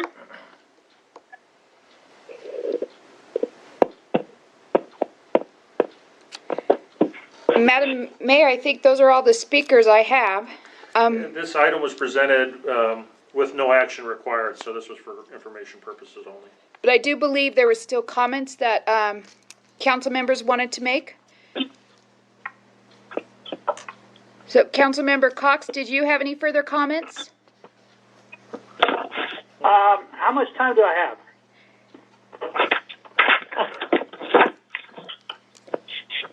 You guys, the comment period is 5 minutes. I'll go on Facebook. My comment's a lot longer. So, no. Okay. Councilmember Jones, do you have any further comments? Thank you for asking. I do not. Councilmember Gomez, do you have any comments? Yes, I want to thank my colleagues for allowing this agenda item to go through when it was motioned. And setting all personal issues aside, I really am appreciative of it going through. And with COVID-19, I'd like to know if we can get staff to partner with outside sources. I know we have some partnerships but the partnership that I'm asking to see if it's suggested with entities, organizations, social media outlets, news sources, and anything else possible to have council report out and become that face of the community. Because as you can see, a lot of the public comments, if we were to have a formula and we only had 5 commenters, that one person is speaking for a significant amount of individual. And if they feel strongly that the face is not out there and the representatives are being blamed, hence I'm being blamed for not being out there, showing face, I think there's a merit to that discussion. As I said, if the community feels left out, perhaps we can have some voluntary protocols, perhaps that can be practiced. I would hope that perhaps there's a hotline number, 24/7 for related to COVID-related issues. And I, as a public servant, have felt a bit disconnected myself for what the city has been doing, but please don't take this as me saying the city has not done anything. That's not what I'm saying. And we council members are privileged, luckily, to have a cell phone number of key city operatives. However, the community is not. So this is a way to try to, let's see what we can, if we are able to do anything with the confines of what we have and limited resources. Thank you. Mayor Pro Tem Ramirez, do you have any further comments? No. Okay. Mayor Garcia, do you have any further comments? No, thank you, I don't. Okay, there was no action required. This was just to receive and file. So we can move on to number 13. This is that the City Council approve Amendment Number 2 to the Consultant Professional Services Provider Agreement with Albert Grover and Associates by an amount not to exceed of $125,000 for traffic engineering services. And go ahead and ask council members if they have questions. Councilmember Cox, do you have any questions? Yes, I understand that all the funds will be coming from fund number 250, which is Measure I. Is that correct? That is correct. Thank you. That's all I have. Councilmember Jones, do you have any questions? I have none, thank you. Councilmember Gomez, do you have any questions? Yes.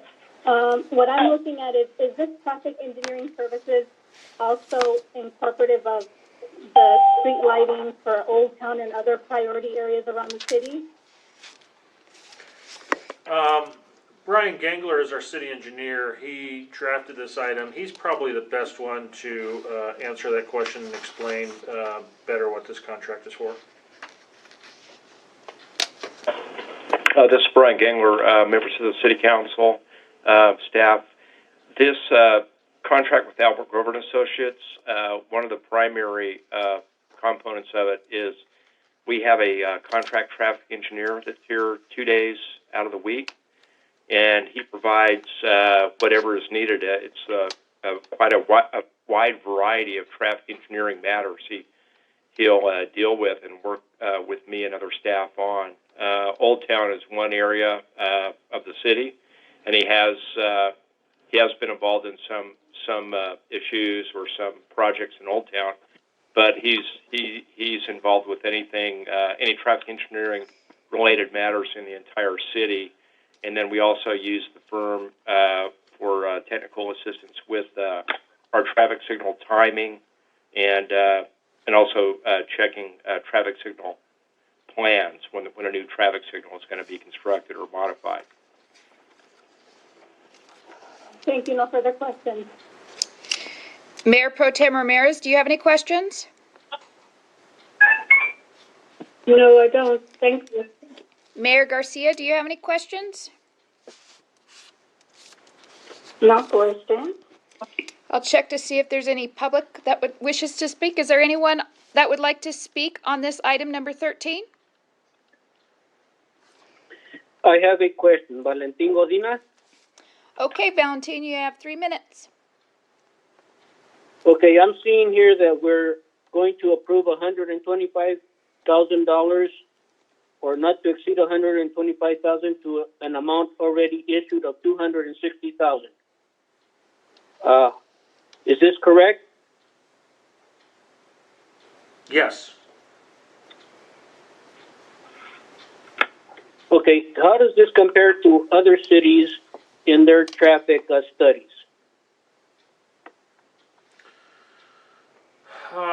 I haven't done that analysis. This is Keith Metzler, but Brian Gangler is our city engineer. He might have a better sense. I'm not exactly sure he would have done that analysis as it relates to this contract. This is more directly related to just maintaining our existing service levels. But Brian, can you offer something on that? I haven't done a comparison to other cities. I know there are a number of cities that use a contract traffic engineer versus an in-house employee. Traffic engineering is a highly specialized field. Sometimes it's difficult to find qualified staff in that niche. So I don't really have a comparison. And this, we've used this service now for many years. As long as I've been with the city, I've been here about 18 years, and it seems to work out well for our needs. We evaluate the budget every year, so we always have an opportunity to reevaluate what our needs are. But in my opinion, I think it's been working well for us. Okay, may I comment now? Yes. Okay, I thank you for that explanation. I'm not looking to reinvent the wheel. I'm looking to compare wheel sizes so that we have a smooth ride here. I understand your hard work in the city and how you've done this the same way for many years. I appreciate your hard work. I would just like to know that we're getting the same level of service for the same amount of money that other cities are getting for their same studies and their same service. And is there a way that we can compare what we're getting to what other cities are getting? Is that in your realm of operation? No. Well, no.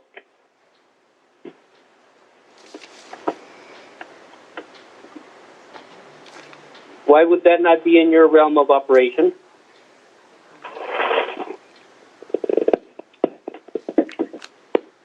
Madam Mayor, we may have gone a little far with this. This is public comment for the particular agenda item. I mean, we can continue to dialogue if you're okay with it, but I think we've answered the question. No, I think the question was answered. I think we're going into a different level of questions now. And we're not comparing to other cities. This is strictly to our city.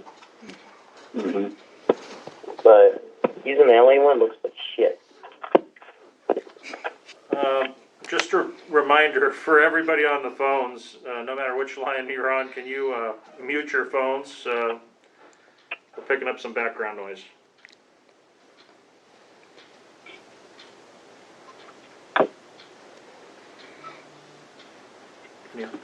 Okay, Valentina, unless you have another question? I guess everybody felt that the question was answered. Okay. I would like to have a different meeting with Mr. Bryan to have this question answered because I didn't understand the answer. All I understand was no, he could not give us a comparison, and I don't think that's fair to us taxpayers.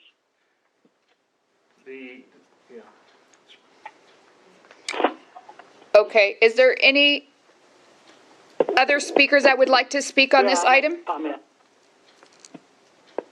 There is someone? Okay. No, I have a comment to make after. Okay, there's no more speakers. So, Madam Mayor, if you would like to request a motion in a second? Yes. At this time, I request a motion and a second on item 13. I so move. I move the recommendation of the staff. Second. I have a motion by Councilmember Cox, seconded by Councilmember Jones. Is there any further comments by Councilmember Cox. Do you have comments? Yes. The question that was asked in regard to comparing the cost it was a very good question, but there's a problem.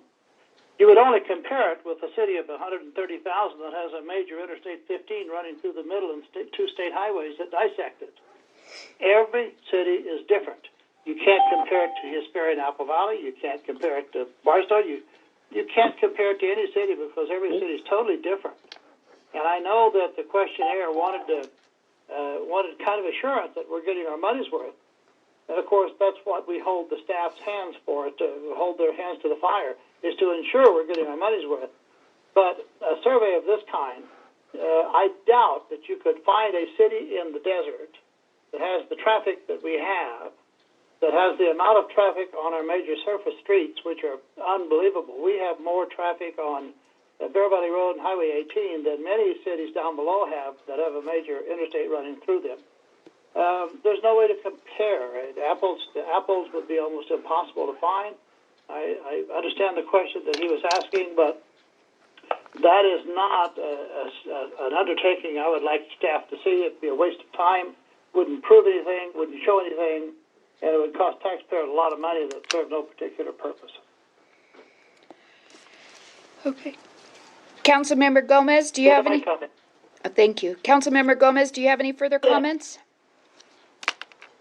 Yes, so looking at this item with 125 with an extension of the contract, I know my colleagues, at least a few, meaning two, are interested in getting feedback in the priorities of the street lighting because we haven't had anything thus far, and this seems to be the closest thing as proximal to getting any feedback from what's happening with the 5 different zones, although one has been being worked on. So if I could suggest on behalf of a majority of us to see something of that level, whether it's a memo format or a brief explanation of what's happening to the zones, it would be greatly appreciated. And one other thing, I am in the city chambers and it's really dark in here. So if I know where the light's on, I would turn them on. So if someone could just tell me where the light's on, so I could turn it on. And if not, don't worry about it. I guess the meeting is going to be over soon anyways. But I just want to make sure you guys knew that. Thank you. Councilmember Jones, do you have any comments? I have none. Thank you, Madam Clerk. Thank you. Mayor Pro Tem Ramirez, do you have any comments? No, ma'am. Mayor Garcia, do you have any comments? No. Okay. Thank you. Thank you. I do have a motion by Councilmember Cox and a second by Councilmember Jones. All those in favor, Councilmember Cox? Yes. Councilmember Gomez? Aye. Councilmember Jones? Aye. Mayor Pro Tem Ramirez? Aye. Mayor Garcia?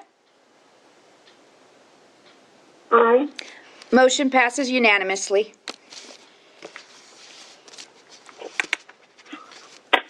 Now we are on to item 14, that the Southern California Logistics Airport Authority grant an access easement for the benefit of the parcel designated as APN 0460-242-05. Madam Mayor, I'll ask questions of council members. Councilmember Cox, do you have any questions? No. Councilmember Jones, do you have any questions? No, thank you. Councilmember Gomez, do you have any questions? No questions. Just ready to move the item. Mayor Pro Tem Ramirez, do you have any questions? No. Mayor Garcia, do you have any questions? No question. Okay, I'll ask to see if there's any public on this on the phone. Is there anyone that would like to speak on this item number 14? There's no one that wishes to speak. Madam Mayor, if you would like the motion in a second. I request a motion and a second for item 14. As invited, I'll take the opportunity to make motion as recommended by staff. Second. So I have a motion by Councilmember Gomez, seconded by Mayor Garcia. All those in favor? Councilmember Cox? Aye. Councilmember Gomez? Aye. Councilmember Jones? Aye. Mayor Pro Tem Ramirez? Aye. And Mayor Garcia? Aye. That motion passes unanimously. Thank you. We're on to item number 15. The consideration of a settlement agreement between the city, the Victorville Water District, and Western Pacific Housing, D.R. Horton, and various prior and current owners of Track 14721 to establish ownership and application of prepaid water meter and connection fee for said tract. The recommendation is that the City Council and Board of Directors approve the attached settlement agreement for execution by the Mayor and District Chairman. Mayor, I'll go ahead and ask if there's any questions of council members. Councilmember Cox, do you have any questions? No questions. Councilmember Jones, do you have any questions? No, thank you. Councilmember Gomez, do you have any questions? No, thank you. Mayor Pro Tem Ramirez, do you have any questions? No, thank you. Mayor Garcia, do you have any questions?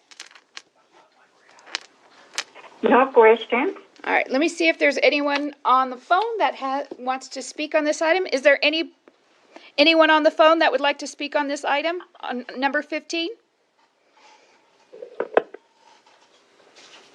I don't hear anyone, so Madam Mayor, if you would like a motion. I'm requesting a motion and a second for item 15. Yes, Madam Mayor, I move that the City Council and Board of Directors approve the settlement agreement as posted on the agenda. Second it. I have a motion by Councilmember Jones, seconded by Councilmember Gomez. All those in favor? Councilmember Cox? Aye. Councilmember Gomez? Aye. Councilmember Jones? Aye. Mayor Pro Tem Ramirez?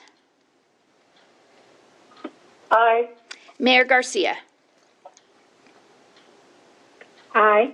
Motion passes unanimously. And we move on to item 16. That the City Council approve an additional appropriation of $100,000 to HR Green Pacific for an on-call plan and map check services. Approve amendment number 1 to the consultant professional services provider agreement with HR Green Pacific by an amount not to exceed $100,000 for on-call plan and map check services. Is there any questions for staff? Councilmember Cox. I want staff to reaffirm that this is cost neutral, that the plan check fees that we collect will exceed the expenses we incurred if we approve this. That's my understanding. That's correct. HR Crane, yeah. Yes, they are. Thank you. Okay. Councilmember Jones, do you have any questions? No, thank you. Councilmember Gomez, do you have any questions? Yes, for clarification, is this the initial process to formulate the assessment district? No, that is item number 18. We're not there yet. Okay. No question. Okay. Mayor Pro Tem Ramirez, do you have any questions? No, thank you. And then Mayor Garcia, do you have any questions? No question. Okay. Is there anyone on the line that wishes to speak on this item number 16? There's no one, so Madam Mayor, if you would like a motion. I request a motion and a second for item 16. Madam Mayor, I move that we, City Council, grant the additional appropriation of $100,000 to HR Green Pacific Inc. for on-call and map check services. This is an amendment one. Okay, I had a motion by Councilmember Cox and a second by Mayor Garcia. All those in favor? Councilmember Cox? Yes. Councilmember Gomez? Aye. Councilmember Jones? Aye. Mayor Pro Tem Ramirez? Aye. Mayor Garcia? Aye. That motion passes unanimously. And on number 17, we have contract amendment with American Organics. The recommendation is that the City Council approve amendment number 9 to increase the general services provider agreement with American Organics by $36,000 for a total contract amount of $76,000. I will ask if council members have questions of staff. Councilmember Cox, do you have any questions?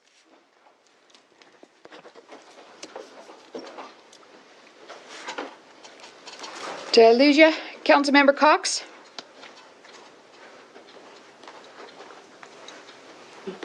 I might have lost Councilmember Cox, so we'll see. Yeah. Councilmember Jones, she's looking. Councilmember Jones, are you there? No, yes, I Okay, am. No, okay, thank you. Thank you. Councilmember Gomez, do you have any questions? Yes, I've heard quite a bit about the disposal services and the law, something in regards to the law. I don't know if this is the same one. Perhaps it is, and it's just coming to the fore as an item. Is that the case?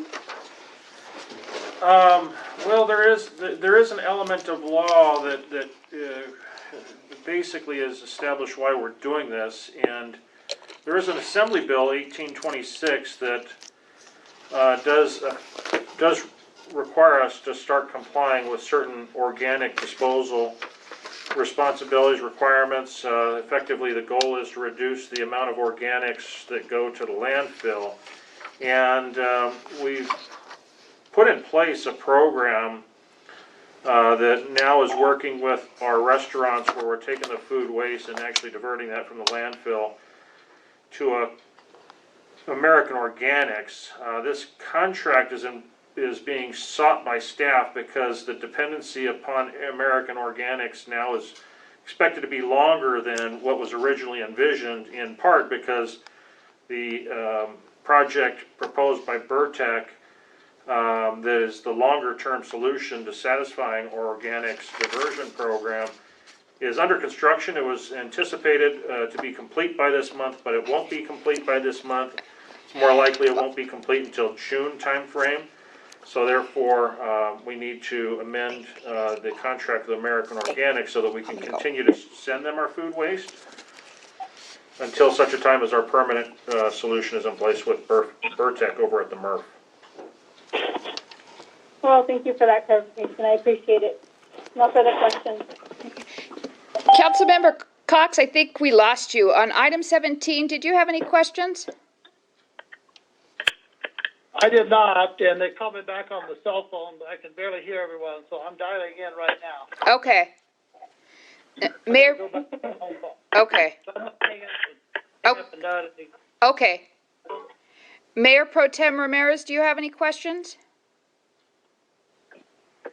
No, ma'am. Mayor Garcia, do you have any questions? I don't have any questions. All right. I don't have any questions. Okay, let me see. Is there anyone on the phone that would like to speak on this item number 17? There is no one who would like to speak, Madam Mayor, if you want a motion. Yes, I do. Or maybe... At this time, I request a motion and a second for item 17. I'll go ahead and make the motion as recommended by staff. Second. I have a motion by Councilmember Gomez, seconded by Mayor Garcia. All those in favor, let me see if Mr. Cox is back on the line. I'm back. Thanks a lot. Okay. Sorry about that. Okay. Are you in favor of item number 17? Yes. Okay. Councilmember Gomez, are you in favor? Yes. Councilmember Jones, are you in favor? Yes. Mayor Pro Tem Ramirez, are you in favor? Yes. And Mayor Garcia, are you in favor? Yes. That motion passes unanimously. We're on to item number 18, that the City Council accept the petition and consent from Walton, California, a California limited liability company, as to an undivided 5% interest and WUSF 4 West Creek LLC as to an undivided 95% interest as tenants in common, requesting formation of the West Creek Park Maintenance Assessment District Number 3, and adopt resolution number 20-009 initiating proceedings for formation of West Creek Park MAD 3 pursuant to the provisions of the Landscaping and Lighting Act of 1972 and other applicable laws, and ordering the preparation of an engineer's report. At this time, I'll ask if council has questions of staff. Councilmember Cox, do you have any questions? No questions. Councilmember Jones, do you have any questions? None, thank you, Madam Clerk. Councilmember Gomez, do you have any questions?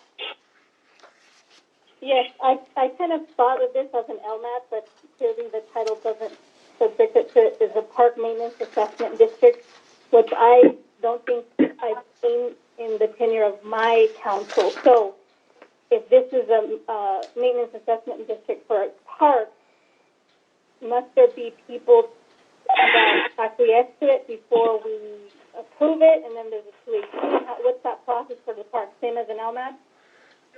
Madam Mayor, members of the council, yes. Actually, it is very similar to an LMAD, and in fact, the process that we're going through right now is a very similar process to what you experienced when property owners over in the Ridge community asked to annex into an LMAD over in that area. And so the process is very similar. You're just dealing with a different type of public improvement. And as to the property owners, in this particular case, it's the property owners that are actually petitioning to self-assess themselves as a part of this assessment district. And that's why when you look at recommendation 1 and you see the divided interest, the 5% and the 95%, that actually represents 100% of the total ownership of those properties.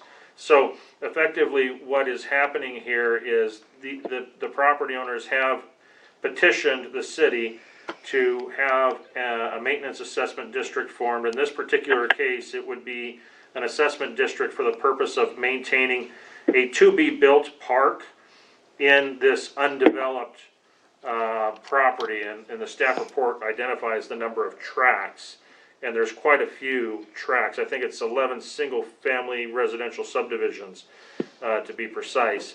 And so ultimately those properties will be built on, anticipating that the specific plan identifies a park to be constructed to the benefit of those eventual residents. So this is the first step in a process to where if the council approves this item and adopts the resolution, this would be step 1 in the process. You would effectively direct the city engineer to actually come back to you at a later date with an engineer's report. Ultimately, if council is satisfied at that point in time, there would be a resolution adopting.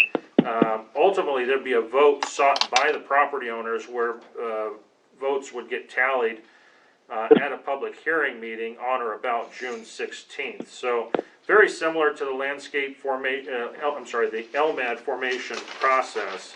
The only real difference here is that you're dealing with a different type of public improvement.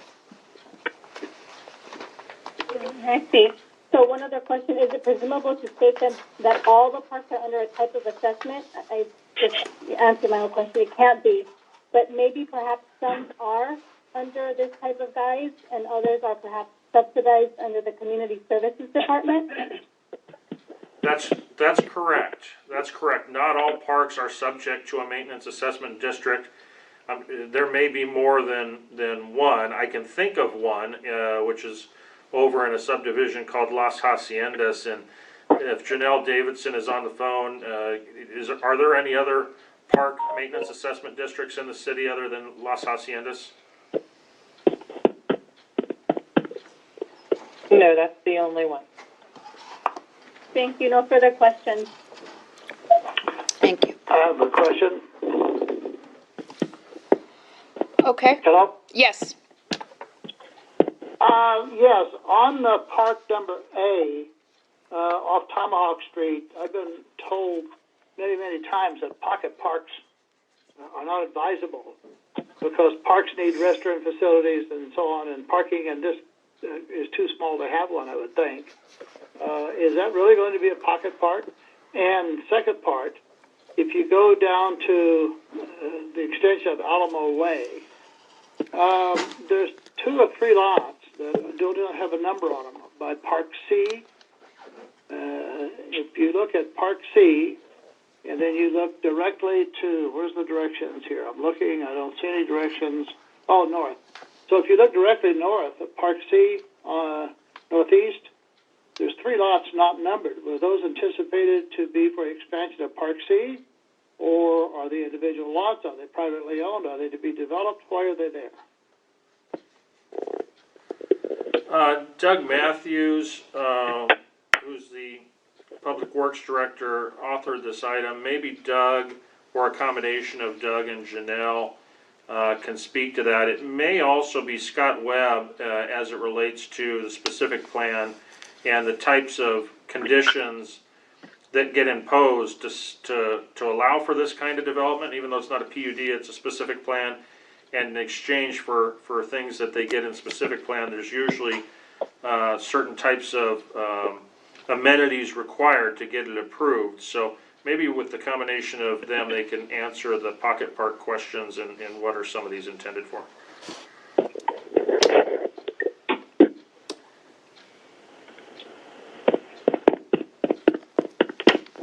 This is Brian Gangler. I'm going to jump in. I don't have the other exhibit in front of me right now, but I do recall that there is a drainage course going through adjacent to Park C, and then it connects with that other drainage course where it says Paseo. The Paseo goes between Park C and Park B, and that's actually a drainage course. So I do recall that at least some of those unlettered lots are a drainage course, and maybe someone else can chime in if they have a recollection of what all those unnumbered lots are. Page 392, for everybody's benefit on the phone, is I believe the page that Councilmember Cox is speaking to. That is correct. Yes. Brian, you don't know what they are? I can add a little bit more. Scott Webb? This is Scott Webb. I can add a little bit more to what Brian said. Okay. So yeah, the parcels in this map, even though they're not shown as parcels, the actual subdivision maps do parcelize that out, and they are drainage courses that run Falling Star Street and Cobalt. And then further south, there's a larger diagonal improvement that will actually be for a path that runs through the SCE utility easement. Need and assess them their existing maintenance assessment agreements that are already in place. One for LMAD and one for DFAD, which is Drainage Facility Assessment Districts. So they're separate from these the pocket park assessment that's currently being contemplated. Okay. Thank you. Okay. Mayor Pro Tem Ramirez, do you have any questions? No, ma'am. Mayor Garcia, do you have any questions? No question. Okay, let me see if there's anyone on the line that would like to speak on this item. Is there anyone who would like to speak on item 18? No one would like to speak on this item, Madam Mayor, so ready for a motion. Okay. At this time, I request a motion and a second for item 18.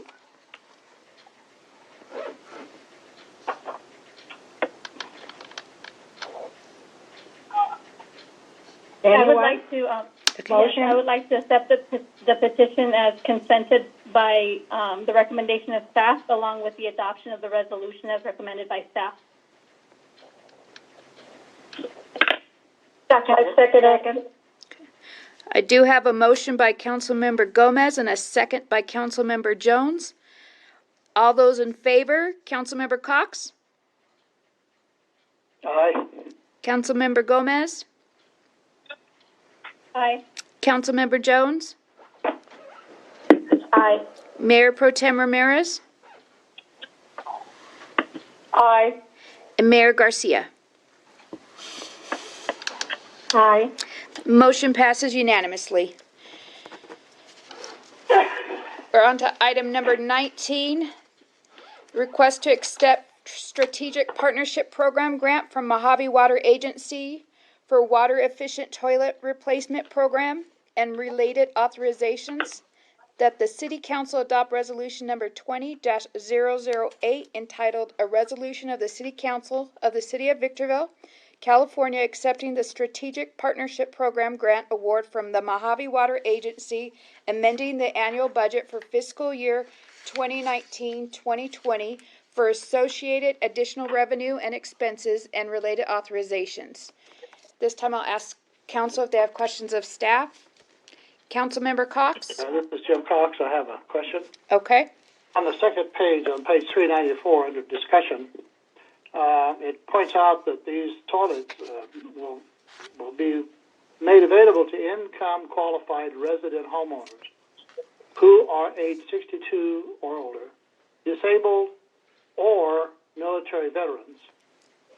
And its income limits are to be taken, but income limits to everyone, 62, older, disabled, and military?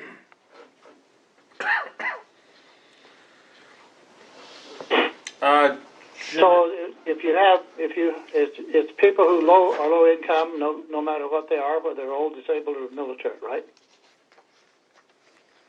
Homeowners? What's that?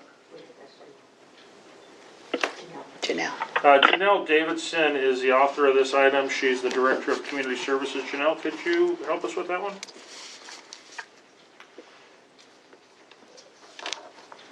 Yes, that is correct. The income limits apply to all categories. Thank you. Councilmember Jones, do you have any questions? No, thank you, Madam Clerk.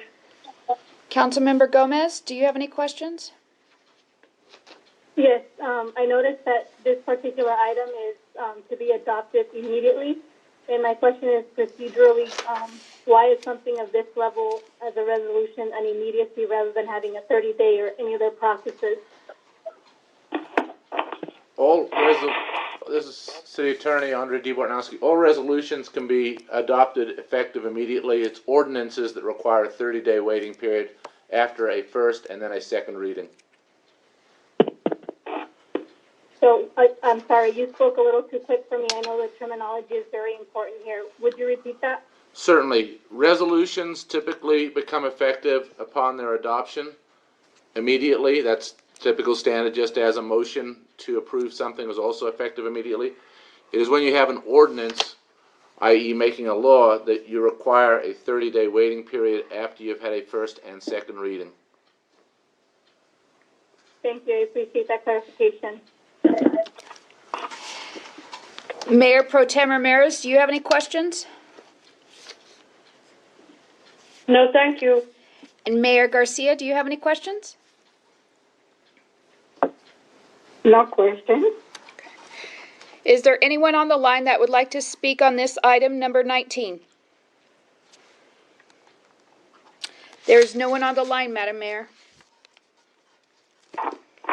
Thank you. At this time, I request a motion and a second for item 19. I'll go ahead and make make that motion as recommended by staff. I'll second that motion. I have a motion by Councilmember Gomez, seconded by Councilmember Cox. All those in favor? Councilmember Cox? Aye. Councilmember Gomez? Aye. Councilmember Jones? Aye. Mayor Pro Tem Ramirez? Aye. Mayor Garcia? Aye. That motion passes unanimously. Item number 20 is the COVID-19 emergency rental agreements for Diamond Environmental Services. The recommendation is that the City Council ratify City Manager's emergency approval of a rental agreement of equipment for the 8 unsheltered homeless population sanitation sites for a total of $24,756.74. A rental agreement of 19 portable restrooms and hand washing stations for 17 park sites for a total of $19,025.46. A rental agreement of 2 Solar Elite flushable restrooms with interior hand washing stations for the drive-through COVID-19 testing at the San Bernardino County Fairgrounds in Victorville for a total of $920.96. And a rental agreement of equipment for the potential shelter quarantine sites for a total of $11,710. Approve an additional 56-day agreement with Diamond Environmental Services for the amount of $112,826.32. Approve resolution number 20-014. Additional appropriation in the amount of $169,239.48 to the fiscal year 2019-2020 budget. At this time, I'll ask if council have questions of staff. Councilmember Cox, do you have any questions? No, I do not. Thank you. Councilmember Jones, do you have any questions? No, thank you, Madam Clerk. Councilmember Gomez, do you have any questions? Yes, aren't these fiscal decisions that are within the purview of a city manager? And if so, couldn't these have been piecemeal? And what are the legalities if they were to have been bifurcated for that advantage, or for that matter, piecemeal?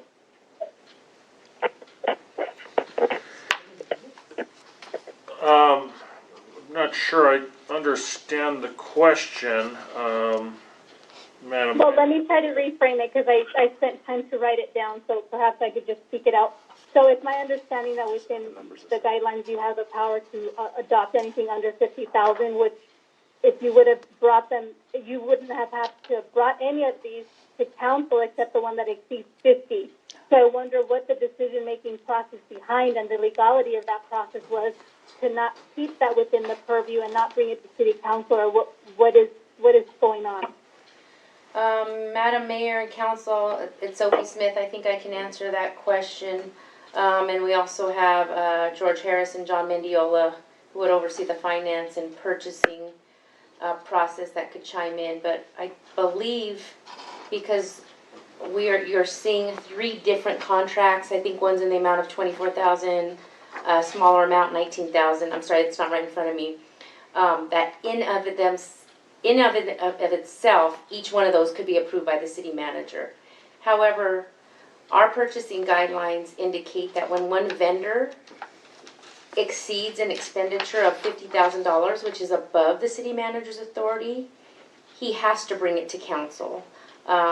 Because otherwise that would be considered bid splitting, and it's just another protection that we have in our purchasing code for transparency reasons, that we don't spend so much with one vendor. So if you want to add anything to that, John or George, I believe that's what answers the question Councilmember Gomez was asking.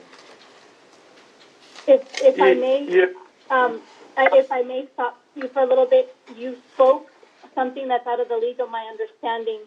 I understood something about purchasing codes and transparency, which really, I want to pay attention to what you just said, but if you don't mind repeating it a different way, you said something about you can't do something. I don't know if it was because of the proclamation of an emergency or whatever, but can you clarify that for me? I didn't quite get it. So, Madam Mayor, City Council, this is George Harris. I can answer that. So in essence, our purchasing code does trigger the spending authorities for individual vendors. So although, like as Deputy City Manager Sophie Smith had explained, although individually these contracts could have been let within the city manager's authority, the second this particular vendor exceeded the level of $50,000 for the fiscal year, that's what triggered the requirement to have the decision ratified by the City Council. Now, although these decisions were made in the event of the emergency, as we are responding to the COVID-19 pandemic here locally, that authority was provided to the city manager to advance these purchases as long as the decision was ratified 30 days later, within 30 days, which is what's being presented to you tonight. In addition to ratifying the original authorization above $50,000, staff is requesting authorization to extend these contracts for an additional 2-month period with this request tonight, which when you add up all three of those, you're definitely over that spending authority. And so you have, it's kind of two pieces. One, to ratify the decision that's already been made, which exceeded the city manager's authority by $6,413.16, but to also authorize the additional 56-day rental agreement to provide us enough authority to provide these facilities for the community up to an additional 2 months without necessarily needing to come back and ask for additional authority. So that's what you have before you tonight. All right, thank you. I appreciate that. I mean, it's still vastly unclear, but I'm sure as the time progresses, I'll get more clarification. Right now, it's fairly new to me at what we're doing, so I appreciate that. Thank you. Mayor Pro Tem Ramirez, do you have any questions? I do. When we talk about a rental agreement, what is the general term in terms of time? How many months, or is it 8 months? Because I noticed we have a rental agreement for the 8 unsheltered homeless sanitation sites, so we also have a rental. So how, in terms of time, how many months are we talking about? So each period has been requested in 28-day intervals, so 4 weeks at a time. And so what's being requested today is 3 28-day rental periods for these pieces of equipment. So these are portable restrooms, portable showers. Portable sanitation stations, sinks, and so forth. And so these are pieces of equipment, rental pieces of equipment, not necessarily land or anything. But they are rented at 28-day intervals is what's been requested by the vendor as their term of rental. And so we're requesting 3 28-day intervals.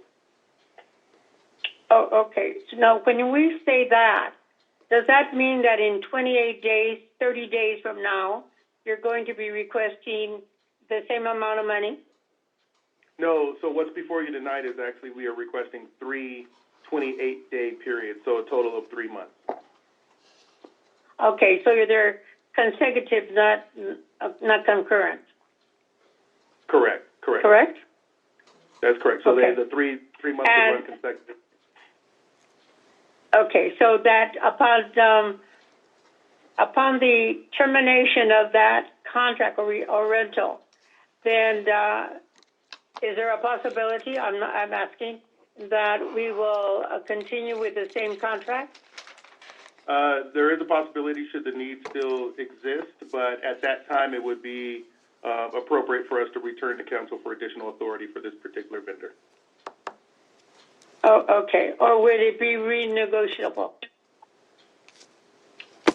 I believe their rates, we negotiated pretty good rates. The rates we are in concurrence with. At this point, it would just be extending the time with the particular vendor. Right now, we're on a kind of a month-to-month basis and asking for your authority for 3 months. Okay, thank you. You're welcome. Mayor Garcia, do you have any questions? No questions. I believe this is money spent well. Something we needed. No question. Madam Mayor, this is Keith You know, Metzler. Oh, I'm sorry. If there's more, are there more comments? I think Councilmember Jones, is that, I heard someone. Did someone else have questions? Councilmember Gomez. Oh, sorry. If I may, another question spurred up. So, a lot of you have heard, and I'm sure aware of the Defense Act production, the Defense Production Act. And the reason I bring that up is because I wanted to see, just for the mere curiosity, I'm not advocating for any coercion whatsoever. Is there a way that something similar within the powers of a local municipality can have something of that level to initiate voluntary cooperation to flatten the COVID curve through asking our vendors to cooperate with something of this level, or maybe a type of subsidy, something that we can use? And once again, I'm not asking for coercive powers with the government. What I'm asking is if there's some type of cooperation to initiate something so related to COVID-19 to flatten that curve, just as we are doing with EOC and receiving, hopefully not too long from now, FEMA funds and other funds from the state and the federal government as much as is feasible from those entities. This is the city attorney. I don't think as a municipality we would have the ability to do something like that. I think obviously you could ask vendors politely if they cooperate and give us some kind of discount, but certainly I would not advocate as a municipality doing anything like that. Right, and thank you for that clarification, because I wasn't asking to advocate, it was mere curiosity, because sometimes local governments have a power that's bestowed upon them and that could be considered abusive, but at times where we have a global pandemic, something that's a public health crisis, I don't know if those are some of the leveraging tools that can be used in order to assist to flattening that COVID curvature. Thank you. Is there any public that would like to speak on item number 20? Yes, Valentin Godina. Go ahead, Valentin. You have 3 minutes. Okay, I have I'm looking at the backup material, item C. We are going to be paying the county $920 for the use to allow us to put 2 flushable restrooms on the property. Now, I don't know if I'm understanding this incorrect, but I've been to the fairgrounds and they have restroom facilities that accommodate a quite large amount of people there. Why are we paying $920 to put extra restrooms when there's already 2 facilities of restrooms available there? And the C on the back of material running into D with rental agreements for equipment for the shelter quarantine sites. And what is the equipment that we're talking about that's going to cost us $11,000?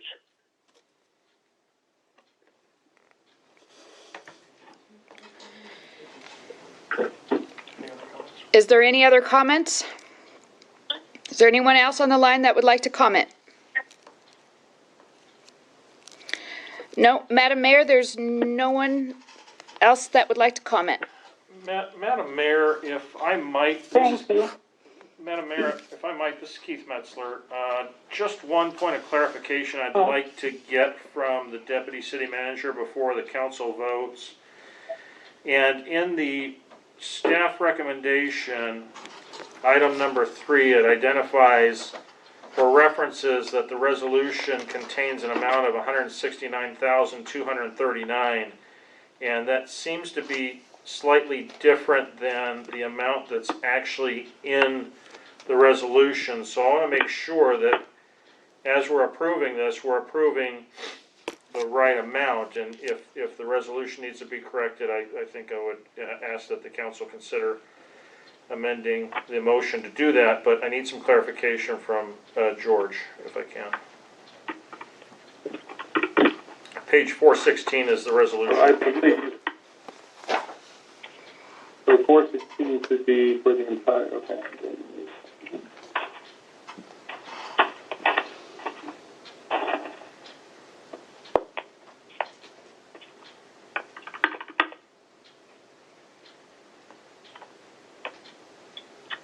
So 166,476.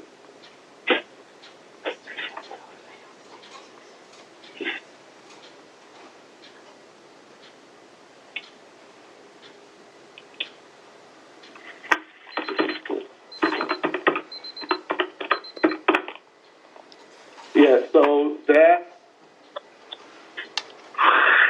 appears to be, that is correct, that appears to be a typo. It's missing that last site that was added from the resolution. So, yes, Madam Mayor, we would be asking you to approve tonight a resolution amendment in the amount of $169,239.48, if you can include that in your action. It's in there. Yeah, correct. Okay. Madam Mayor, if you would like to get request a motion in a second, sorry. Okay, Jim Cox, so moved. That amount was 159. I'm sorry, 169,239.48. And 48 cents. Yeah, it's in the So amount was recommendation. correct? Yeah, and number 3, the item is in the recommendation. Okay, very good. So I'm sorry, I didn't hear who made the motion. Jim Cox. Okay, so Okay. so then I would like to go ahead and move this motion as recommended, as staff recommends, with the modification to show that the resolution is going to be $169,239.48. Right? It's in the recommendation. Correct. Andre, do we That need way a the modification? resolution reflects what we're seeing as recommended by staff in the staff reporting. She what? And it's corrected within the actual resolution number 20-014. Get a Okay. second to that. Okay. Can I get a second to Councilmember Gomez? I had 2 first. Jim made it first. I made a motion and nobody acknowledged it, so somebody else can make the second. Second? I have a motion by Councilmember Gomez, seconded by Mayor Garcia. All those in favor? Councilmember Cox? Aye. Councilmember Gomez? Aye. Councilmember Jones? Aye. Mayor Pro Tem Ramirez? Aye. Mayor Garcia? Aye. Motion carries unanimously.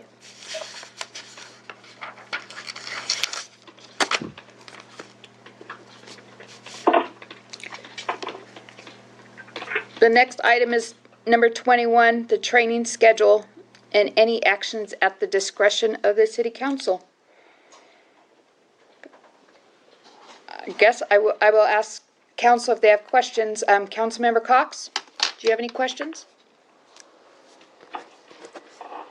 I think that when I look at the dates, I'm not sure we're still going to be in a lockdown. So Right. I agree. I'm not sure. We're going to have other council meetings between now and then, so I don't see any reason to take any action right now. If that's a motion, Mr. Cox, I'm willing to go ahead and second it. It's a motion, and, well, I'll make the motion when we get to that point, I guess. But, yeah. Okay. Councilmember Jones, do you have any? Yeah, we're not there yet. Yeah. Councilmember Jones, do you have any questions? Yeah, no, I was gonna ask the very same thing because it's likely, you know, if it goes the same way other things have gone recently, a lot of conferences are just canceled, and that may well happen. And the annual LEAP conference, however, that falls into another fiscal year. And that might be out far enough that we can do that one, but I think it's easier to just table this item, until it's such time that we have more information. Okay. Councilmember Gomez, do you have any further questions? No. Okay. Mayor Pro Tem Ramirez, do you have any questions? No. Mayor Garcia, do you have any questions? No question. So, The motion would be to put those off until we get more information. I don't want to cancel it. We may have a change of events in the pandemic, but as of right now, I think we can hold that discussion until we have more information about what dates may be available. okay. And Councilmember Gomez, you made a second? Yeah. Okay, so I have a motion by Councilmember Cox, seconded by Councilmember Gomez. All those in favor, Councilmember Cox? Aye. Councilmember Gomez? Aye. Councilmember Jones? Aye. Mayor Pro Tem Ramirez? Aye. And Mayor Garcia? So this is to continue this meeting to a later date, Yes. is that correct? Yes, when we have more information on the dates. Okay, then, aye. Okay. That motion passes unanimously. And the next item is number 22, the City Council Policy and Procedures Manual. Any actions at the discretion of the City Council. And then Councilmember Gomez, you asked for this item. Would you like to present it? Okay, so I'll go ahead. So it's been known that our policy consistently needs tweaking depending on what happens within the realms of the friendship or lack of friendship or unanimity with our council. So this policy has been altered on multiple occasions. And with that stated, with approval of my colleagues, we have noticed that we need to have an ongoing conversation about all these policies and all these directives that at times seem to not only conflict but hinder the way we establish and do processes as a majority of the council. And so this was brought up today to be able to analyze at least one or two, maybe more if possible, if not continue the process as an ongoing way of looking at this document as a breathing document that is perhaps changed and altered depending on how the majority of the council feels. And so that's why this is a direction that's being brought today for discussion and possible action of the majority of the council. Okay. This time I'll ask if there's questions of council members. Councilmember Cox, do you have any questions? I do. I've always looked at the policy as a living, breathing document that may need amendments from time to time. And so I'm all for having this brought up. But at this point in time, I have no idea what changes need to be made. And I'm sure that one or more council members may want to make some changes, but until they submit what the changes they are requesting to be amended and what the new amendment should say, there's no way I can discuss it. I'd like to see the amendments that's being proposed, and then have the council meet and discuss those potential changes. You're right, and I should have probably, during the introduction, brought that. I just felt I just needed to introduce it, and that's what I did. So I don't know if there's more questions, but I can definitely say why it's being brought up. So I'm going to take that silence as a yes. So we're closely approximating December, and it's been normal procedure to have mayor's terms at 2 years, and for whatever reason, this last time we did have a conflict with who would be mayor depending on the vote. And so that's not only conflicting, but it creates a lot of havoc within our community. And so I wanted to look at the term limit and not only exhaust, but eliminate any kind of term limit that hasn't been done in the past. So I don't know why it's being implemented now. And also look at the, instead of having the 4/5 vote, I think a majority should be able to speak for a community, which it has for the last 4 years, and I don't know why there's a change. So for the person who's running or is going to be nominated or elected or what have you from the other 4 council members should have at least 3 people to have that majority extended. There's no requirement for 4/5 because it does lock down and it becomes an animosity type of game. So with that said, in short, looking at revising the term limit for the mayoral position, as well as going from 4/5 as the majority as it always has been. And so my motion prematurely, if it's being premature, would be to eliminate the term limit for mayors and to allow for the 4/5 reduction through the majority, which would be 3-2, if that were to ever happen. And that's my motion, and I hope my colleagues would understand that this is just continuous, what we have continuously done in the past, and I don't think we need to change anything of that level. But we do need to change what's happening with from 4/5 to majority is something that I motion, and eliminating this term limit is also something really important. So that's my motion. Councilmember, I second it. I still need to ask questions of council members. Councilmember Jones, do you have any questions? Well, I do. I don't know that I agree with it, how, when the item was presented, how it was characterized, but I do know that probably the intentions were for the good of the entire council. This why did it? Typically, policy and procedures manuals are it's kind of a fluid document that you address issues over time when you find that there's a need to revisit an item, if there's been some to revisit an issue if there's been some kind of demonstrated evidence that the policy or the procedure is inadequate or it's flawed or it is harmful in some manner, and also an opportunity to take up new subject matters for consideration or any other type of like minor grammar punctuation type thing, so that it's a comprehensive document. And historically, on this, and so this is for our attorney and city manager.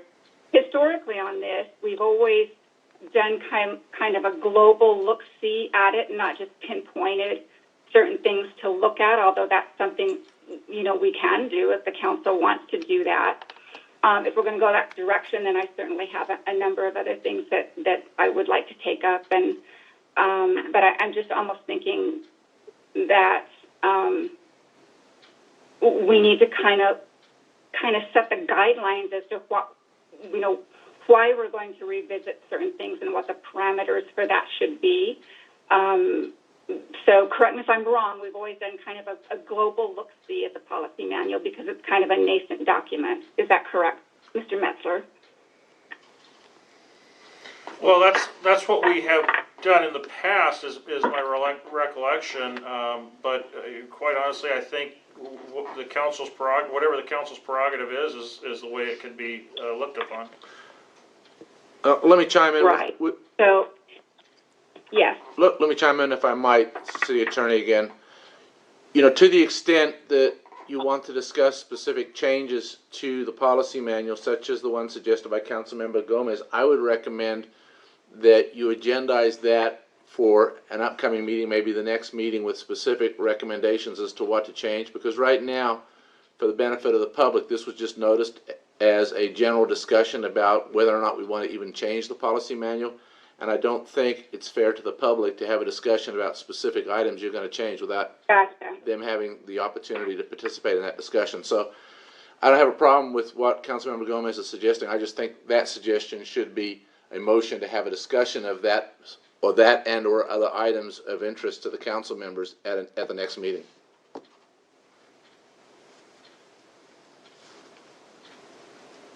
So perhaps this is I'm fine with that. So perhaps this is a time to figure out if there's other items that people want to have addressed at in connection with the policy manual, which we could then agendize. Yes, I do. I do. May I go ahead? Yes.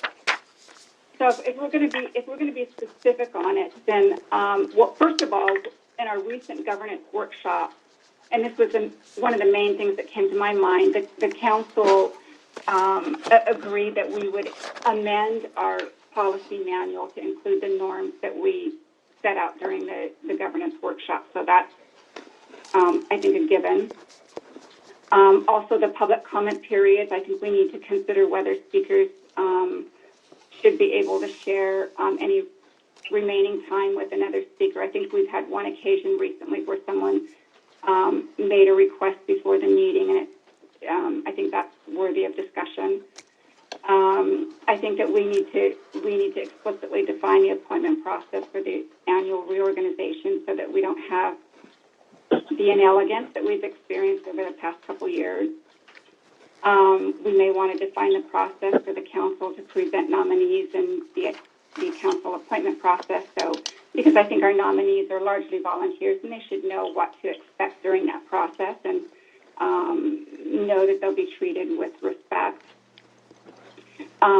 And then there's like a couple, probably some typographical things, and we need to make provision maybe for correcting some minor punctuation or typographical errors and so forth.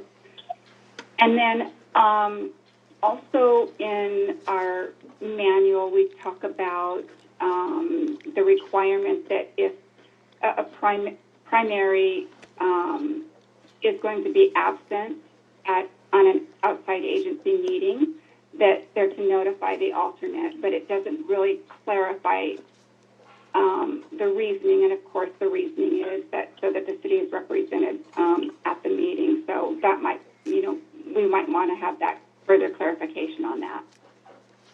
So those are the things that I would certainly want to be discussed. Councilmember Cox, do you want to add anything? Yes, I do. Traditionally in this city, there had been a mayor elected for 2-year terms, and the council had always deferred to the winners in the election, assuming that they were qualified to conduct the meetings and act as the titular head of the council. I have to say that I have never in my career seen anyone go out and have meetings so they could be the mayor. That's an indication that it's more important to them than it is to the city or what's good for the council. Leadership is simply that we work as a team, and as a team, this should be passed around. Everyone should have the chance to be the mayor. If you look at Apple Valley and Hesperia and most other cities, it's a 1-year term. It's a titular thing. You don't, you don't get additional money. You really don't have any duties other than just the ceremonial kind of duties. And so if we're going to work together as a team, we can't be secretly meeting and having fights about, I want to be the mayor because it's important to me. I don't give a damn how important it is to an individual. What's important is the city and the council working as a team. So what happens, if you take a look at this, we had a split in the council. Certain individuals wanted to be the mayor, and of course, no one should be elected mayor because they want it. It should be because the whole council wants it, because they are people that can show leadership, gain the confidence of the community and the staff, and work together. And we have a divided council to a large extent because of this mayoral thing. So to do away with it, what is it going to be? We're going to make a deal and have a mayor for life? I mean, why would you throw it out? If you want to go back to the 2-year term, Hesperia and Apple Valley do 1 year, so do most cities, and it works out just fine. So I'd like to have a discussion before we make any changes because I haven't heard any community agreement on this thing. In fact, what I heard was a lot of unhappy people the way this happened.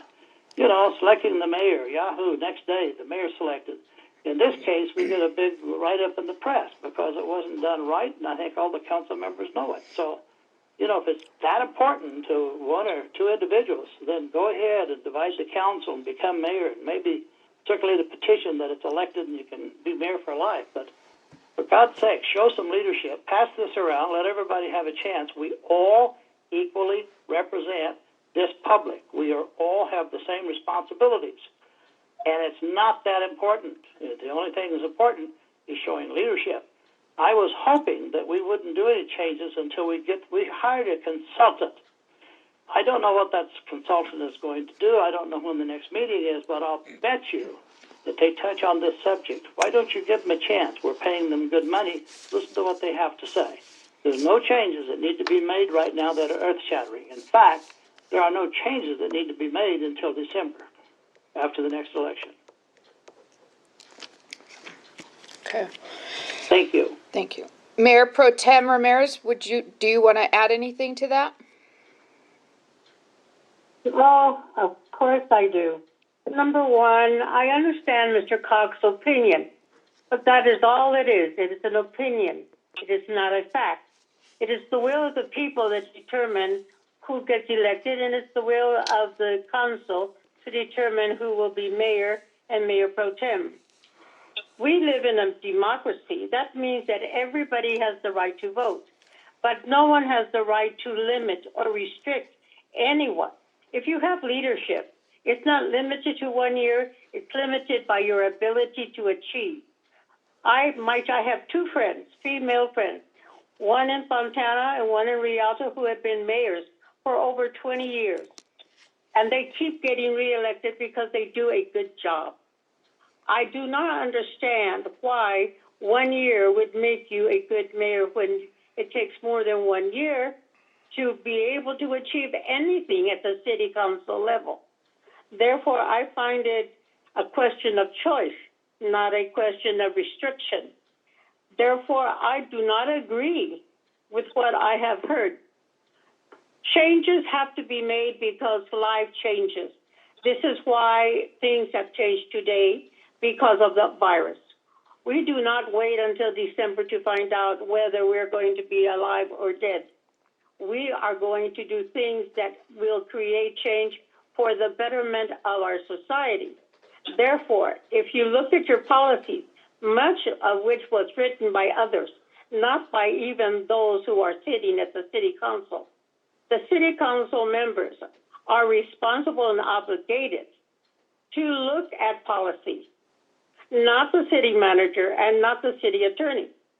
Therefore, when I hear anyone other than the 5 members on the city council express them, which is correct, because you have the right to express your mind, but you do not have the right to review, because that is given to the city council members who were elected by the public. Therefore, I find it very difficult to accept this idea that you will wait until December to make your changes. Life does not stop, and you must grow with it. Therefore, if the city of Victorville is going to grow and be the light on the hill, we have to look at what changes must be made now, not later, and we must work together. I agree with that. But let me say, the benefit should be for the people, not for the benefit of any person sitting on city council. Therefore, I find fault with some of the agreements and disagreements and arguments that I've heard. This is truly a questionable situation. But you know what? When you have a condition of this nature, you need to stand up and face it as it is and deal with it truthfully, honestly, and fairly, because nothing will be done by hiding it or, let us say, disregarding it. Therefore, I do not agree with much of what I've heard. Thank you. Mayor Garcia, do you have any questions or want to add to the list? No, I don't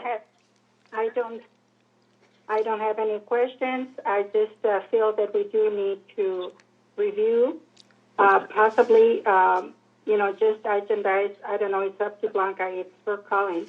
But I do feel that we do need to agendize for discussion and possibly some action here. But I'll leave it up to the council to decide. Okay. Let me check to see if there's anyone on the line.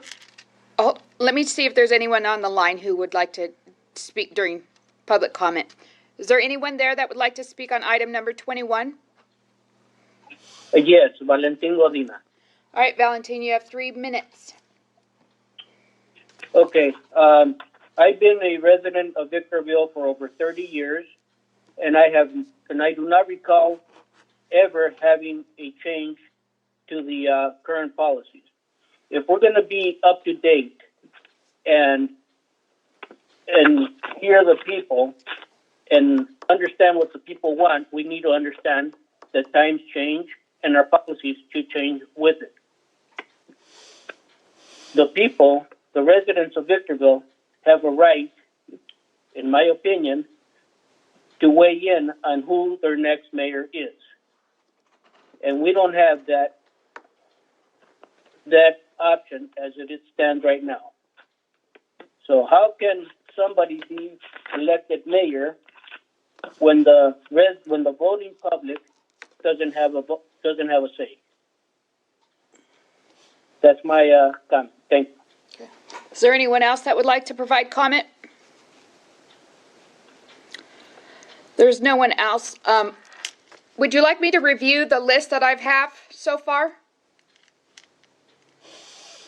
Yes, please. Okay, I have from Councilmember Gomez, I have the to discuss the mayor's term. And then I have from Councilmember Jones, I have the norms that was discussed with our at a workshop, the public speaker to give their time to someone else, reorganization design process, some grammar, punctuation, primary to notify alternate the reason for and further clarification. And then I wrote this for Jim, but I don't know if this would just fall under the discussion with the mayor, is the winner of the election is a mayor for 1 year term. So I think I could group that one with just the discussion with the mayor's term. The only other one. No. The only other one that. Wait. Sorry. The city council has always had the reorganization after the election, and the reorganization under the current policy still after the election. That does not mean that whoever wins the election is automatically mayor or mayor pro tem. I didn't mean that at all. Okay, okay. The only other thing I think Councilmember Cox suggested was also to get input from the consultants on it. I don't know if you want to wait for that or not. Why did we hire the consultant? Right. This city council has consultants, has opinions from the public, has its own opinions, has a team, sometimes broken, sometimes cold, depending on how the power structure weighs in as a pendulum. And so with that suggested recommendation from the city attorney, I would like to assert that this item has been notified legally, and my motion is rightly done so today, with no violation or lack of transparency, to modify the policy immediately upon approval of the majority tonight to 1, eliminate the mayor's term limit, 2, the forfeits to a majority vote, and 3, along with reinstituting the recording of a closed session. And I would like to see if any of my colleagues would give a second so we can do a roll call for the vote tonight. As your city attorney, I must advise you that I do believe that would be violative of the Brown Act, since there has been no information provided on the agenda as to the items that you want to specifically discuss. And I would rightfully say, as I always have, and I'm one to always push the boundary, you know, my motion still stands despite the fact that you recommend what you are recommending, Mr. Dibonowski. On many occasions, I have seen you push the lever, and a lot of violations have occurred, but no one has done anything about them. So I don't see any violation, any type of imprisonment of any sort. I think it's been notified. The community knows exactly that the policy would be discussed. The policy is a vast document that was prepared by you and the city manager with some input from some of the council and some not. And so it's rightfully duly done here so today. So all we need is 3 votes, and you are overridden.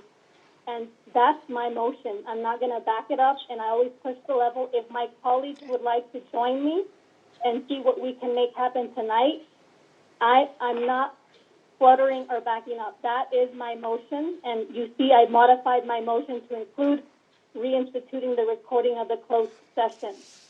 Yeah. So far, I don't have a second on the modified version. We haven't voted on it. We have not voted on the primary motion either, but we do have a second on that one. I don't have a second on any one. Yeah, you have a second on the first one. That was out of order. I seconded. But that was out of order. We were still taking questions. There is no out of order. The council has authority to do anything. So Right, there's a- right, but I didn't have a second. You want to give me a second now on the first one, or if you want to just take the modification right now? I want to go ahead and do the modification. If there's no second, we will retrieve and go back to the original motion, which does have a second by Ramirez, and she can verify that for you. So however you want to take it. Great. I'll take the motion made by Councilmember Gomez, the modified motion, to eliminate the term limits, the 4/5 vote and closed session recordings. Is there a second on that modified motion? I second it. Okay, I have a motion made by Councilmember Gomez, seconded by Mayor Pro Tem Ramirez. All those in favor? Councilmember Cox? No. Councilmember Jones? I will not vote because I'm not going to participate in a Brown Act violation. Councilmember Gomez? Yes, because there is no Brown Act violation. Mayor Pro Tem Ramirez? Yes. Mayor Garcia? I need to ask Andre if this is a violation of the Brown Act. I believe it is in violation of the Brown Act, and the reason I believe that is because in the Brown Act, you are supposed to give the public the opportunity to understand what it is you're discussing, and you are now having a pretty specific discussion about provisions in the in the policy manual that you want to change. I have no problem with the council doing this at a subsequent meeting and putting this on the agenda and having these items at a subsequent meeting where the public can understand what it is we're discussing. But I think to do it tonight lacks transparency to the public and would be deemed to be a Brown Act violation. That's my legal opinion. So, Thank you for that, Andre. So, Mayor Garcia?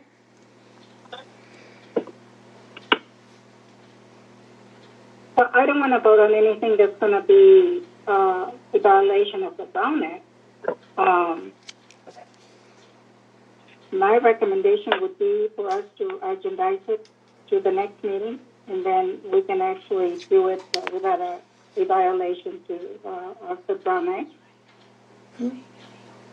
Gloria, why don't we have the attorney, through a motion, write a legal opinion of what we're doing? That way it's archived and it's part of the record, because there is no history in the United States that anything through a Brown Act has been instituted as such, and there has been a violation of that. And there is documented sources of that. I think the attorney's weigh-in authority over you has done something, and I think that's very unfair, because those are mechanisms that the power structure uses to keep its power in place. And so I would ask that you see the attorney actually give a legal opinion of what happened today in terms of the motion and how we would have, had we voted, made this, and bring up the stare decisis cases. That way Gloria Garcia feels comfortable, because I really think that he's out of bounds with what he is saying, and is using that as a bounds of abuse of power. Because it has been notified tonight. We've done it at other occasions, notified. We're talking about the policy. We can talk about the entire policy, or we can just nitpick the editing. There is no reason why there is a violation, but if that's how you desire, go ahead and make that motion. So we have a motion and a second already, right? Mayor, So were we're you taking a making vote on this now? Mayor, were you making a substitute motion to have the same discussion at a subsequent meeting? That's what I thought I heard you say. No, that's not what I said. I was asking a question. Yes, I was asking a question. Okay, my vote is yes for tonight then.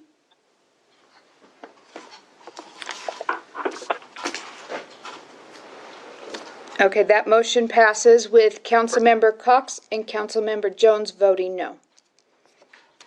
Yes, Jones did not vote. Oh, I'm sorry, with Councilmember No, I Jones. did not vote at all. I'm sorry. I will not be drawn into a Brown Act violation. That's what I'm sorry, you did not vote. I'm sorry about that. I have a question to the attorney, I suppose. Sorry, what? So did Jones abstain?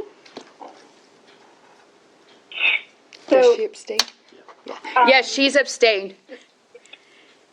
The motion passes. Use the word abstention. Okay, just for the clarity record of a governmental issuance, if she did not abstain, she didn't use the word, it's presumed. So are we interpreting her no vote as an abstention, just for clarification's sake? She didn't vote no. I'm gonna, however you wanna do it, it's just on moral principle, I'm not gonna be drawn into a violation of the law. So if I can get clarification? Because if she's a silent vote, it's a yes. It's a silent, it's yes.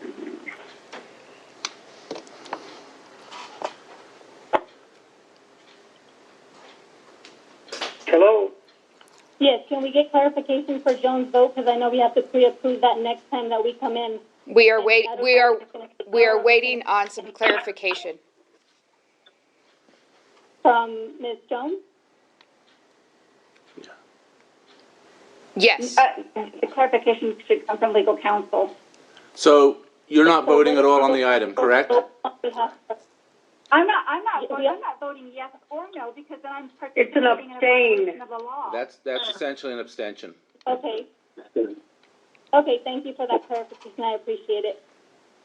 And then just a point of procedural rule then at this point, if I could ask our attorney. So there was a vote taken on this, I understand that. But as to all of the other issues that I raised, I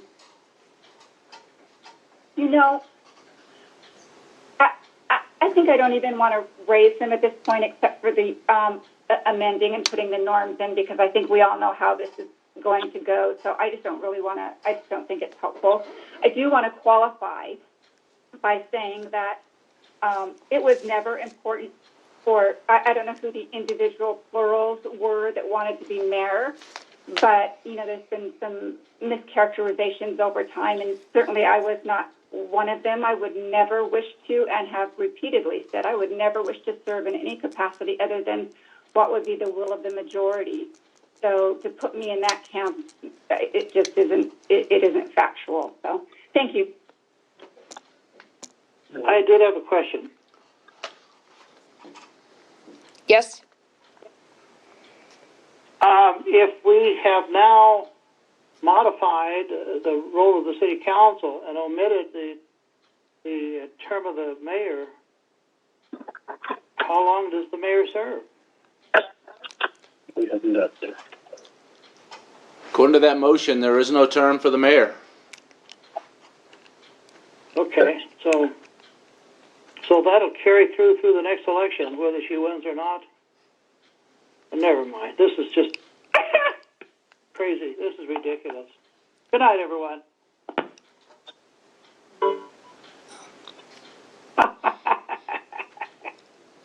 So we're moving on to item 23, public comment. Is there anyone on the line that wishes to speak? Yes, Valentin Godina. Go ahead, Godina. You have 3 minutes.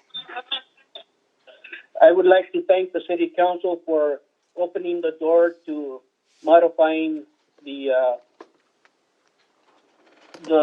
city policies and procedures. It is a good move that will allow that policy and procedures manual to be updated to today's needs. I don't think that we're going to have an issue with who's going to be mayor. As council member Deborah Jones mentioned, she's not interested in being a mayor, and I don't think any other council members are wanting to be mayors just because. I think they want to be mayors because they have something to bring to the table. I think this needs to be further expanded and allowing the residents of Victorville having a voice on who their mayor is as well. My next comment is I am happy to see that item 14 passed, granting access to easement parcel 046-24205. I would like the city council to take that same process with the access to the city library and gain access to the city library from 7th Street, from 7th Circle Drive to the library so that we can have a smooth and safe access to that library. This is a perfect situation why our seniors need access to the library. A lot of them do not have access to the internet. That's the only place we can get information, and that needs to be expanded and made easily accessible to all residents for the benefit of all Victorville residents. I also would like to ask what we need consult or need to have done. If we need a light bulb in downtown, we need a consultant to come and tell us, yes, it's dark, and we have to pay him $50,000. Yep, 30 seconds. Is it not obvious that it's dark, that we have to pay somebody to come and tell us? So that's all. I just want to know why we need consultants to tell us what we need to do when we have already made it clear what we need. Thank you. Is there anyone else that would like to speak during public comment? Yes, Paul Marsh. Go ahead, Paul. You have 3 minutes. Okay, just real quickly, on this last issue, the mayoral term limit, I as a constituent in the city, I look upon the city council as, for guidance, leadership, and I think what happened just now, is just as baffling as what took place when the mayor was originally reelected. I think I just wish that that we would that you would have followed the guidance of the city attorney and just put this on the agenda for another council meeting or whatnot. The mayor is the mayor; she's not going to change. The mayor pro tem, she's still the mayor pro tem. Okay, whether or not you change the term limits to make it indefinite tonight, or if you change the term limit, decided to change it at the next council meeting, at least there wouldn't be, in our mind now, because we're hearing the violation of the Brown Act, at least it would be something that was legitimate in our mind. Because right now, what's posed in my mind is that something just happened that's not legitimate. And it's sad to hear. We constantly, as a city, these are the things that destroys the credibility of our leadership. When we hear things like this going on, and it's even worse because it's a teleconference. We're not even sitting in there watching you on the dais. We're listening to you on the phone. So all kinds of things are going through our head now. What just happened? Why are we doing it this way? I wish that we would start listening to, taking the guidance of the people that we have in place, our city attorney, city manager, police chief, mayor, other council members. Think things through first before we act and make a decision, especially when we don't have to act right now. That's all I have to say. Thank you. Is there anyone else? Is there anyone else that would like to speak during public comment? Those are all the speakers, and now it's the reports from the city manager. Madam Mayor and members of the council, I have nothing to report at this time.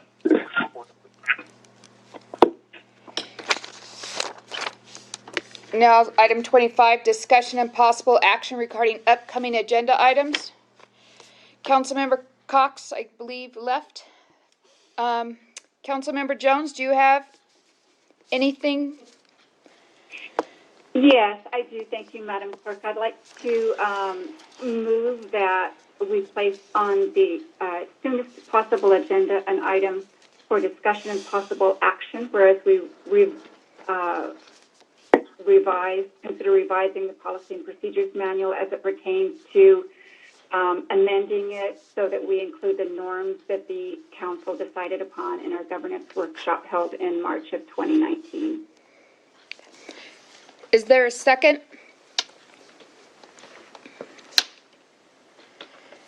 There being no second, the motion dies.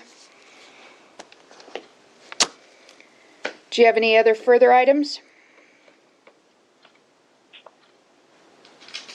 Oh, no, I think that spoke loudly. Thank you. Thank you. Councilmember Gomez, do you have any items to add? Yeah, there's a couple of things that I've been looking that are happening around the world, and I think it's something that we can bring into the world of Victorville. One being, we understand that there's a high employment rate.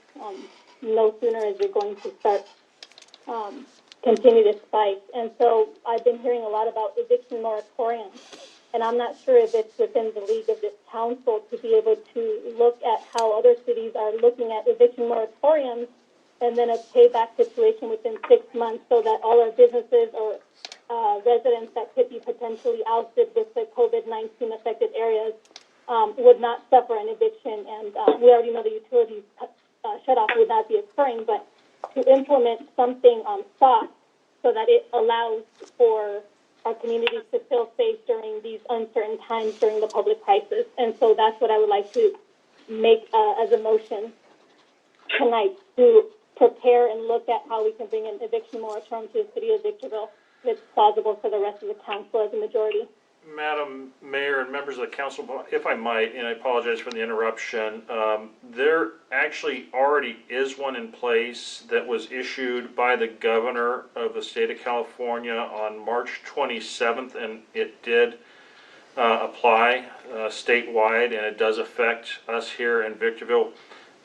So effectively, there already is one in place, so I thought I'd just share that with you before you consider the item. Oh, okay. Does that mean that process needs to be memorialized in the city of Victorville to affect directly our residents, or how would they go about this state law? Since we are a separate entity as a local government. It's state law right now, so we could not override or change state law. The reason I ask for that is because we're not a general city, we're a chartered city, which if it's the municipal affairs of the city, we don't have to abide by state. So I don't know if that's conflictual in that term. We still have to conform to state law. So in this particular case, the executive order would apply locally. Oh, thank you. I appreciate that. The next item would be, we have been talking a lot about one of our disadvantaged populations being our seniors. And I think it's time to begin to see how we can implement a master plan for our vulnerable population to be able to test the pulse, so to speak, of how they're doing in our communities. And a master plan would directly survey and create something that we're coming about helping our seniors. So that's something I would see merited to be a discussion and possible action for the next or a future meeting, no longer than 90 days.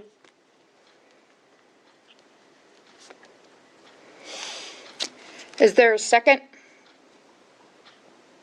Well, I second it. Regarding seniors. Yes. So, Madam Clerk, I have a parliamentary inquiry for our attorney on this. So I believe that this was this agenda item request was made in the past, and there wasn't a second on it. So I need to know whether this can be. The council didn't even wish to have any discussion, much less take a vote on it. So I just don't know if where this falls for us. I would have to check if it has previously been agendized or discussed, or She asked for it before. It then, wasn't agendized, it was requested for an agenda item, and to my recollection, it didn't get a second, which clearly means that it dies, it fails, but, I mean, because the council didn't even want to have a discussion about it, so they didn't vote. It seconded for a vote, so I just don't know where we go on this. I'm just checking. I would like to remind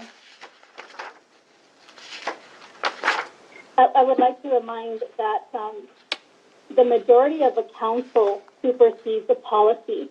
And so if I have made a motion and I have at least one person who seconds it, and minimal, a third person that says we would like to hear this in the agenda, I think that I know assertively that overrides the policy, because we are the policy makers, and I would like for Rita Ramirez to know that her second still holds validity. And so after discussion, I don't think we should have discussion now. That's not the time to do this. I was just asking for an agenda item, and I appreciate the parliamentary discussion, but I think it's a way to thwart adding something to the agenda, as the power structure of a majority speaks louder, because we are the policymakers.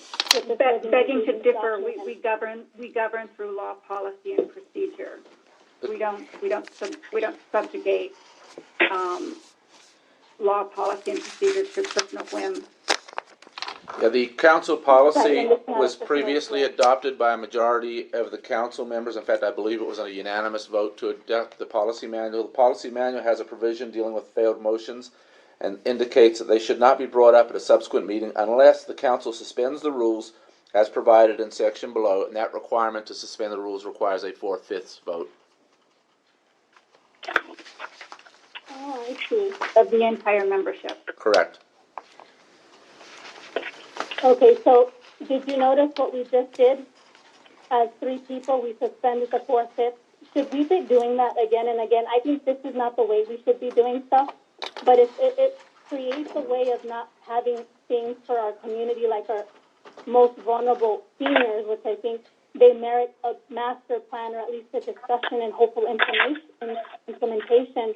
Why are we having this discussion? Should I just make a motion instead to suspend the order to the 4/5 vote once I have a second, and then have a second for that one, and then have a vote, and then go back to adding something to the agenda? Is that how we're going to start doing things? Because if that's the case, Rita, I'm making a motion to suspend the 4/5 to be able to add this to an agenda if we have that third vote. You need a 4/5 vote to make that effective. Otherwise, you are. I need that. Right. Can you Per the rules that the council has adopted and that you have all agreed to follow, that requires a 4/5 vote. Okay, so in other words, you're telling me that as a majority, we cannot suspend that. Is that what you're saying? That's what you have already agreed to, yes. Is that what you're saying? That's what I'm saying, yes. That's what you, as a council, have adopted as your policy and procedures. Okay, so I can still go ahead and make that motion. I have a second, and I'm going to call for the vote. I need to know if there's at least a third person. And for the benefit of the council, the policy manual is consistent with both the Brown Act and the Rosenberg's Rules of Order. Okay, so then you're asking me to ask for no, you didn't. You didn't say suspension is 4/5, right? Correct. So then you're saying that 4/5 is going to supersede the majority of adding something to the agenda? I'm saying that's what you have agreed to. That's what Rosenberg's provides. Rules of Parliamentary Procedure provide that. I know, but I don't want to argue with you. That's your interpretation. No, it's not my interpretation. That that's is the language you have all agreed to in the policy manual. And that is what Rosenberg's provides. Can you read the language that the majority of the council agreed to? You all signed something agreeing to the policy manual. Acknowledgement and receipt of the understanding that upon first entering office, upon election to any subsequent term, or wherever City Council policy and procedures manual is updated by City Council resolution, which you have done, every council member shall sign a statement affirming that he or she has received, read, understood the provisions set forth in this manual, and furthermore agrees to abide by them. Okay. So And your 3 minutes are up. Okay, so I still fought for that, and I had a second, so we need a third. Okay, the third is for what? What is, you lost me somewhere along the line. I wanted to discuss and do a possible action to create a master plan to survey our senior schools. Okay, you have a third. Thank you. And Councilmember Cox is absent. Councilmember Jones? No. That motion fails. Oh,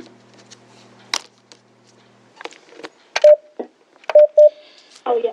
Okay, Mayor Pro Tem Ramirez, do you have any agenda items you'd like to add? No. Mayor Garcia, do you have any items that you'd like to add? No, thank you. Okay, now it's the time for reports from council members. Councilmember Jones? Do you have any? Yes, well, just very briefly, I'm not going to repeat all of the kudos that we gave to our staff and how proud we are of how they've handled so admirably this crisis in our country and our world.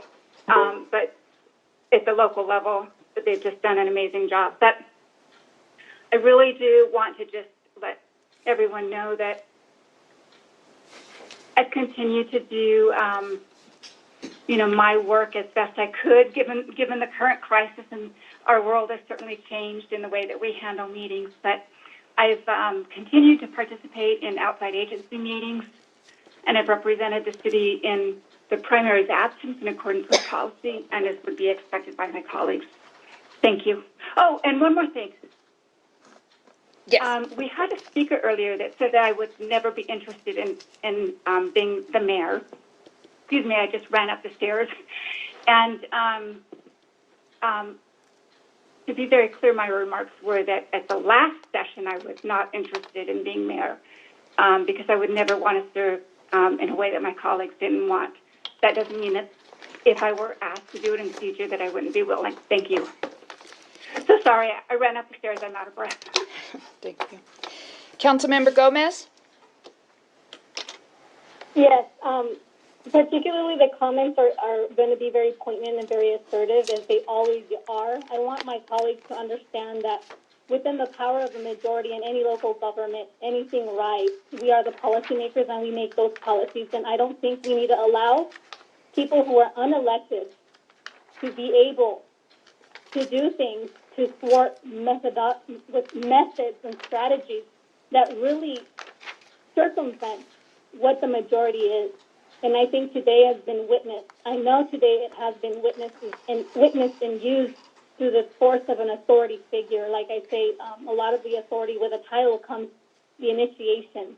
And so any document, it doesn't matter what is being said, with the power of 3, can be changed. And I think this is the time where we need to really push, really understand, really know that we're going to be tested. All the interpretation is based on an interpretation of 1, 2, 3 people in interpretation slides. That's why we have different power tiers in terms of legislation, the executive, and then the enforcement areas. And I think as a majority, we need to start acknowledging and taking an understanding of what is really happening right now to thwart what is a movement that is long overdue. And I don't think, and I know we should not be individuals who are afraid to stand up for what we believe in, particularly in times like COVID-19, particularly in times where we are really pushed to do things that we would never think we'd do when we create a narrative of it's bad or it's not bad. Remember, everything we do has every other slant from good and bad, no matter what it is. If you smile at someone, someone's going to think you're making fun of them. Someone else is going to think you're calling them a hypocrite. Someone else is going to think you're calling them a sweetheart. So interpretations are very personal and very perspectival. And so I encourage my council members to keep making the best decisions and understanding that our authority overrides any other authority that's unelected for the city of Victorville. That's why we were elected, because we're the strongholders of making these decisions that a lot of unelected people cannot and would not make, use their power source to manipulate different sources of what we can and cannot say.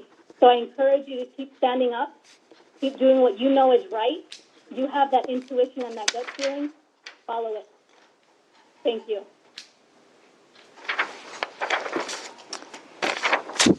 Mayor Pro Tem Ramirez? Yes, I would like to say, God bless America. Thank God that we as Americans are working together and helping each other and supporting each other.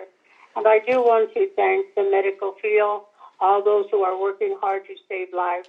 For one life is worth more than any money you could ever pay. And let me say, being that I haven't been home in 90 days, I have been in the hospital since January the 6th, and I do plan to return. However, when the next time you see me, I will be disabled, but I will still be a city person, proud to be a member of the City Council of Victorville. And I thank Kaiser and everyone else who has kept me alive and ready to work, as always, in behalf of others. I am grateful to my country. I am grateful to the city of Victorville. I am grateful for all of everyone who helps others in need. God bless you all. Happy Easter. Mayor Garcia?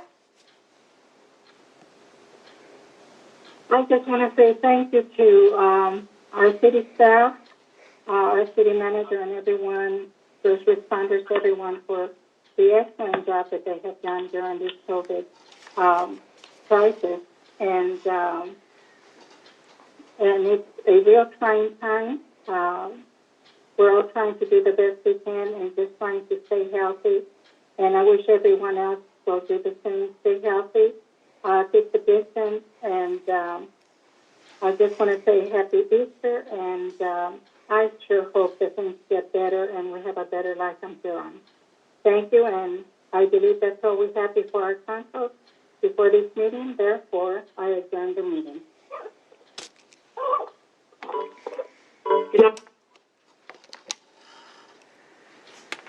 Did you shut everything off? Is everything off?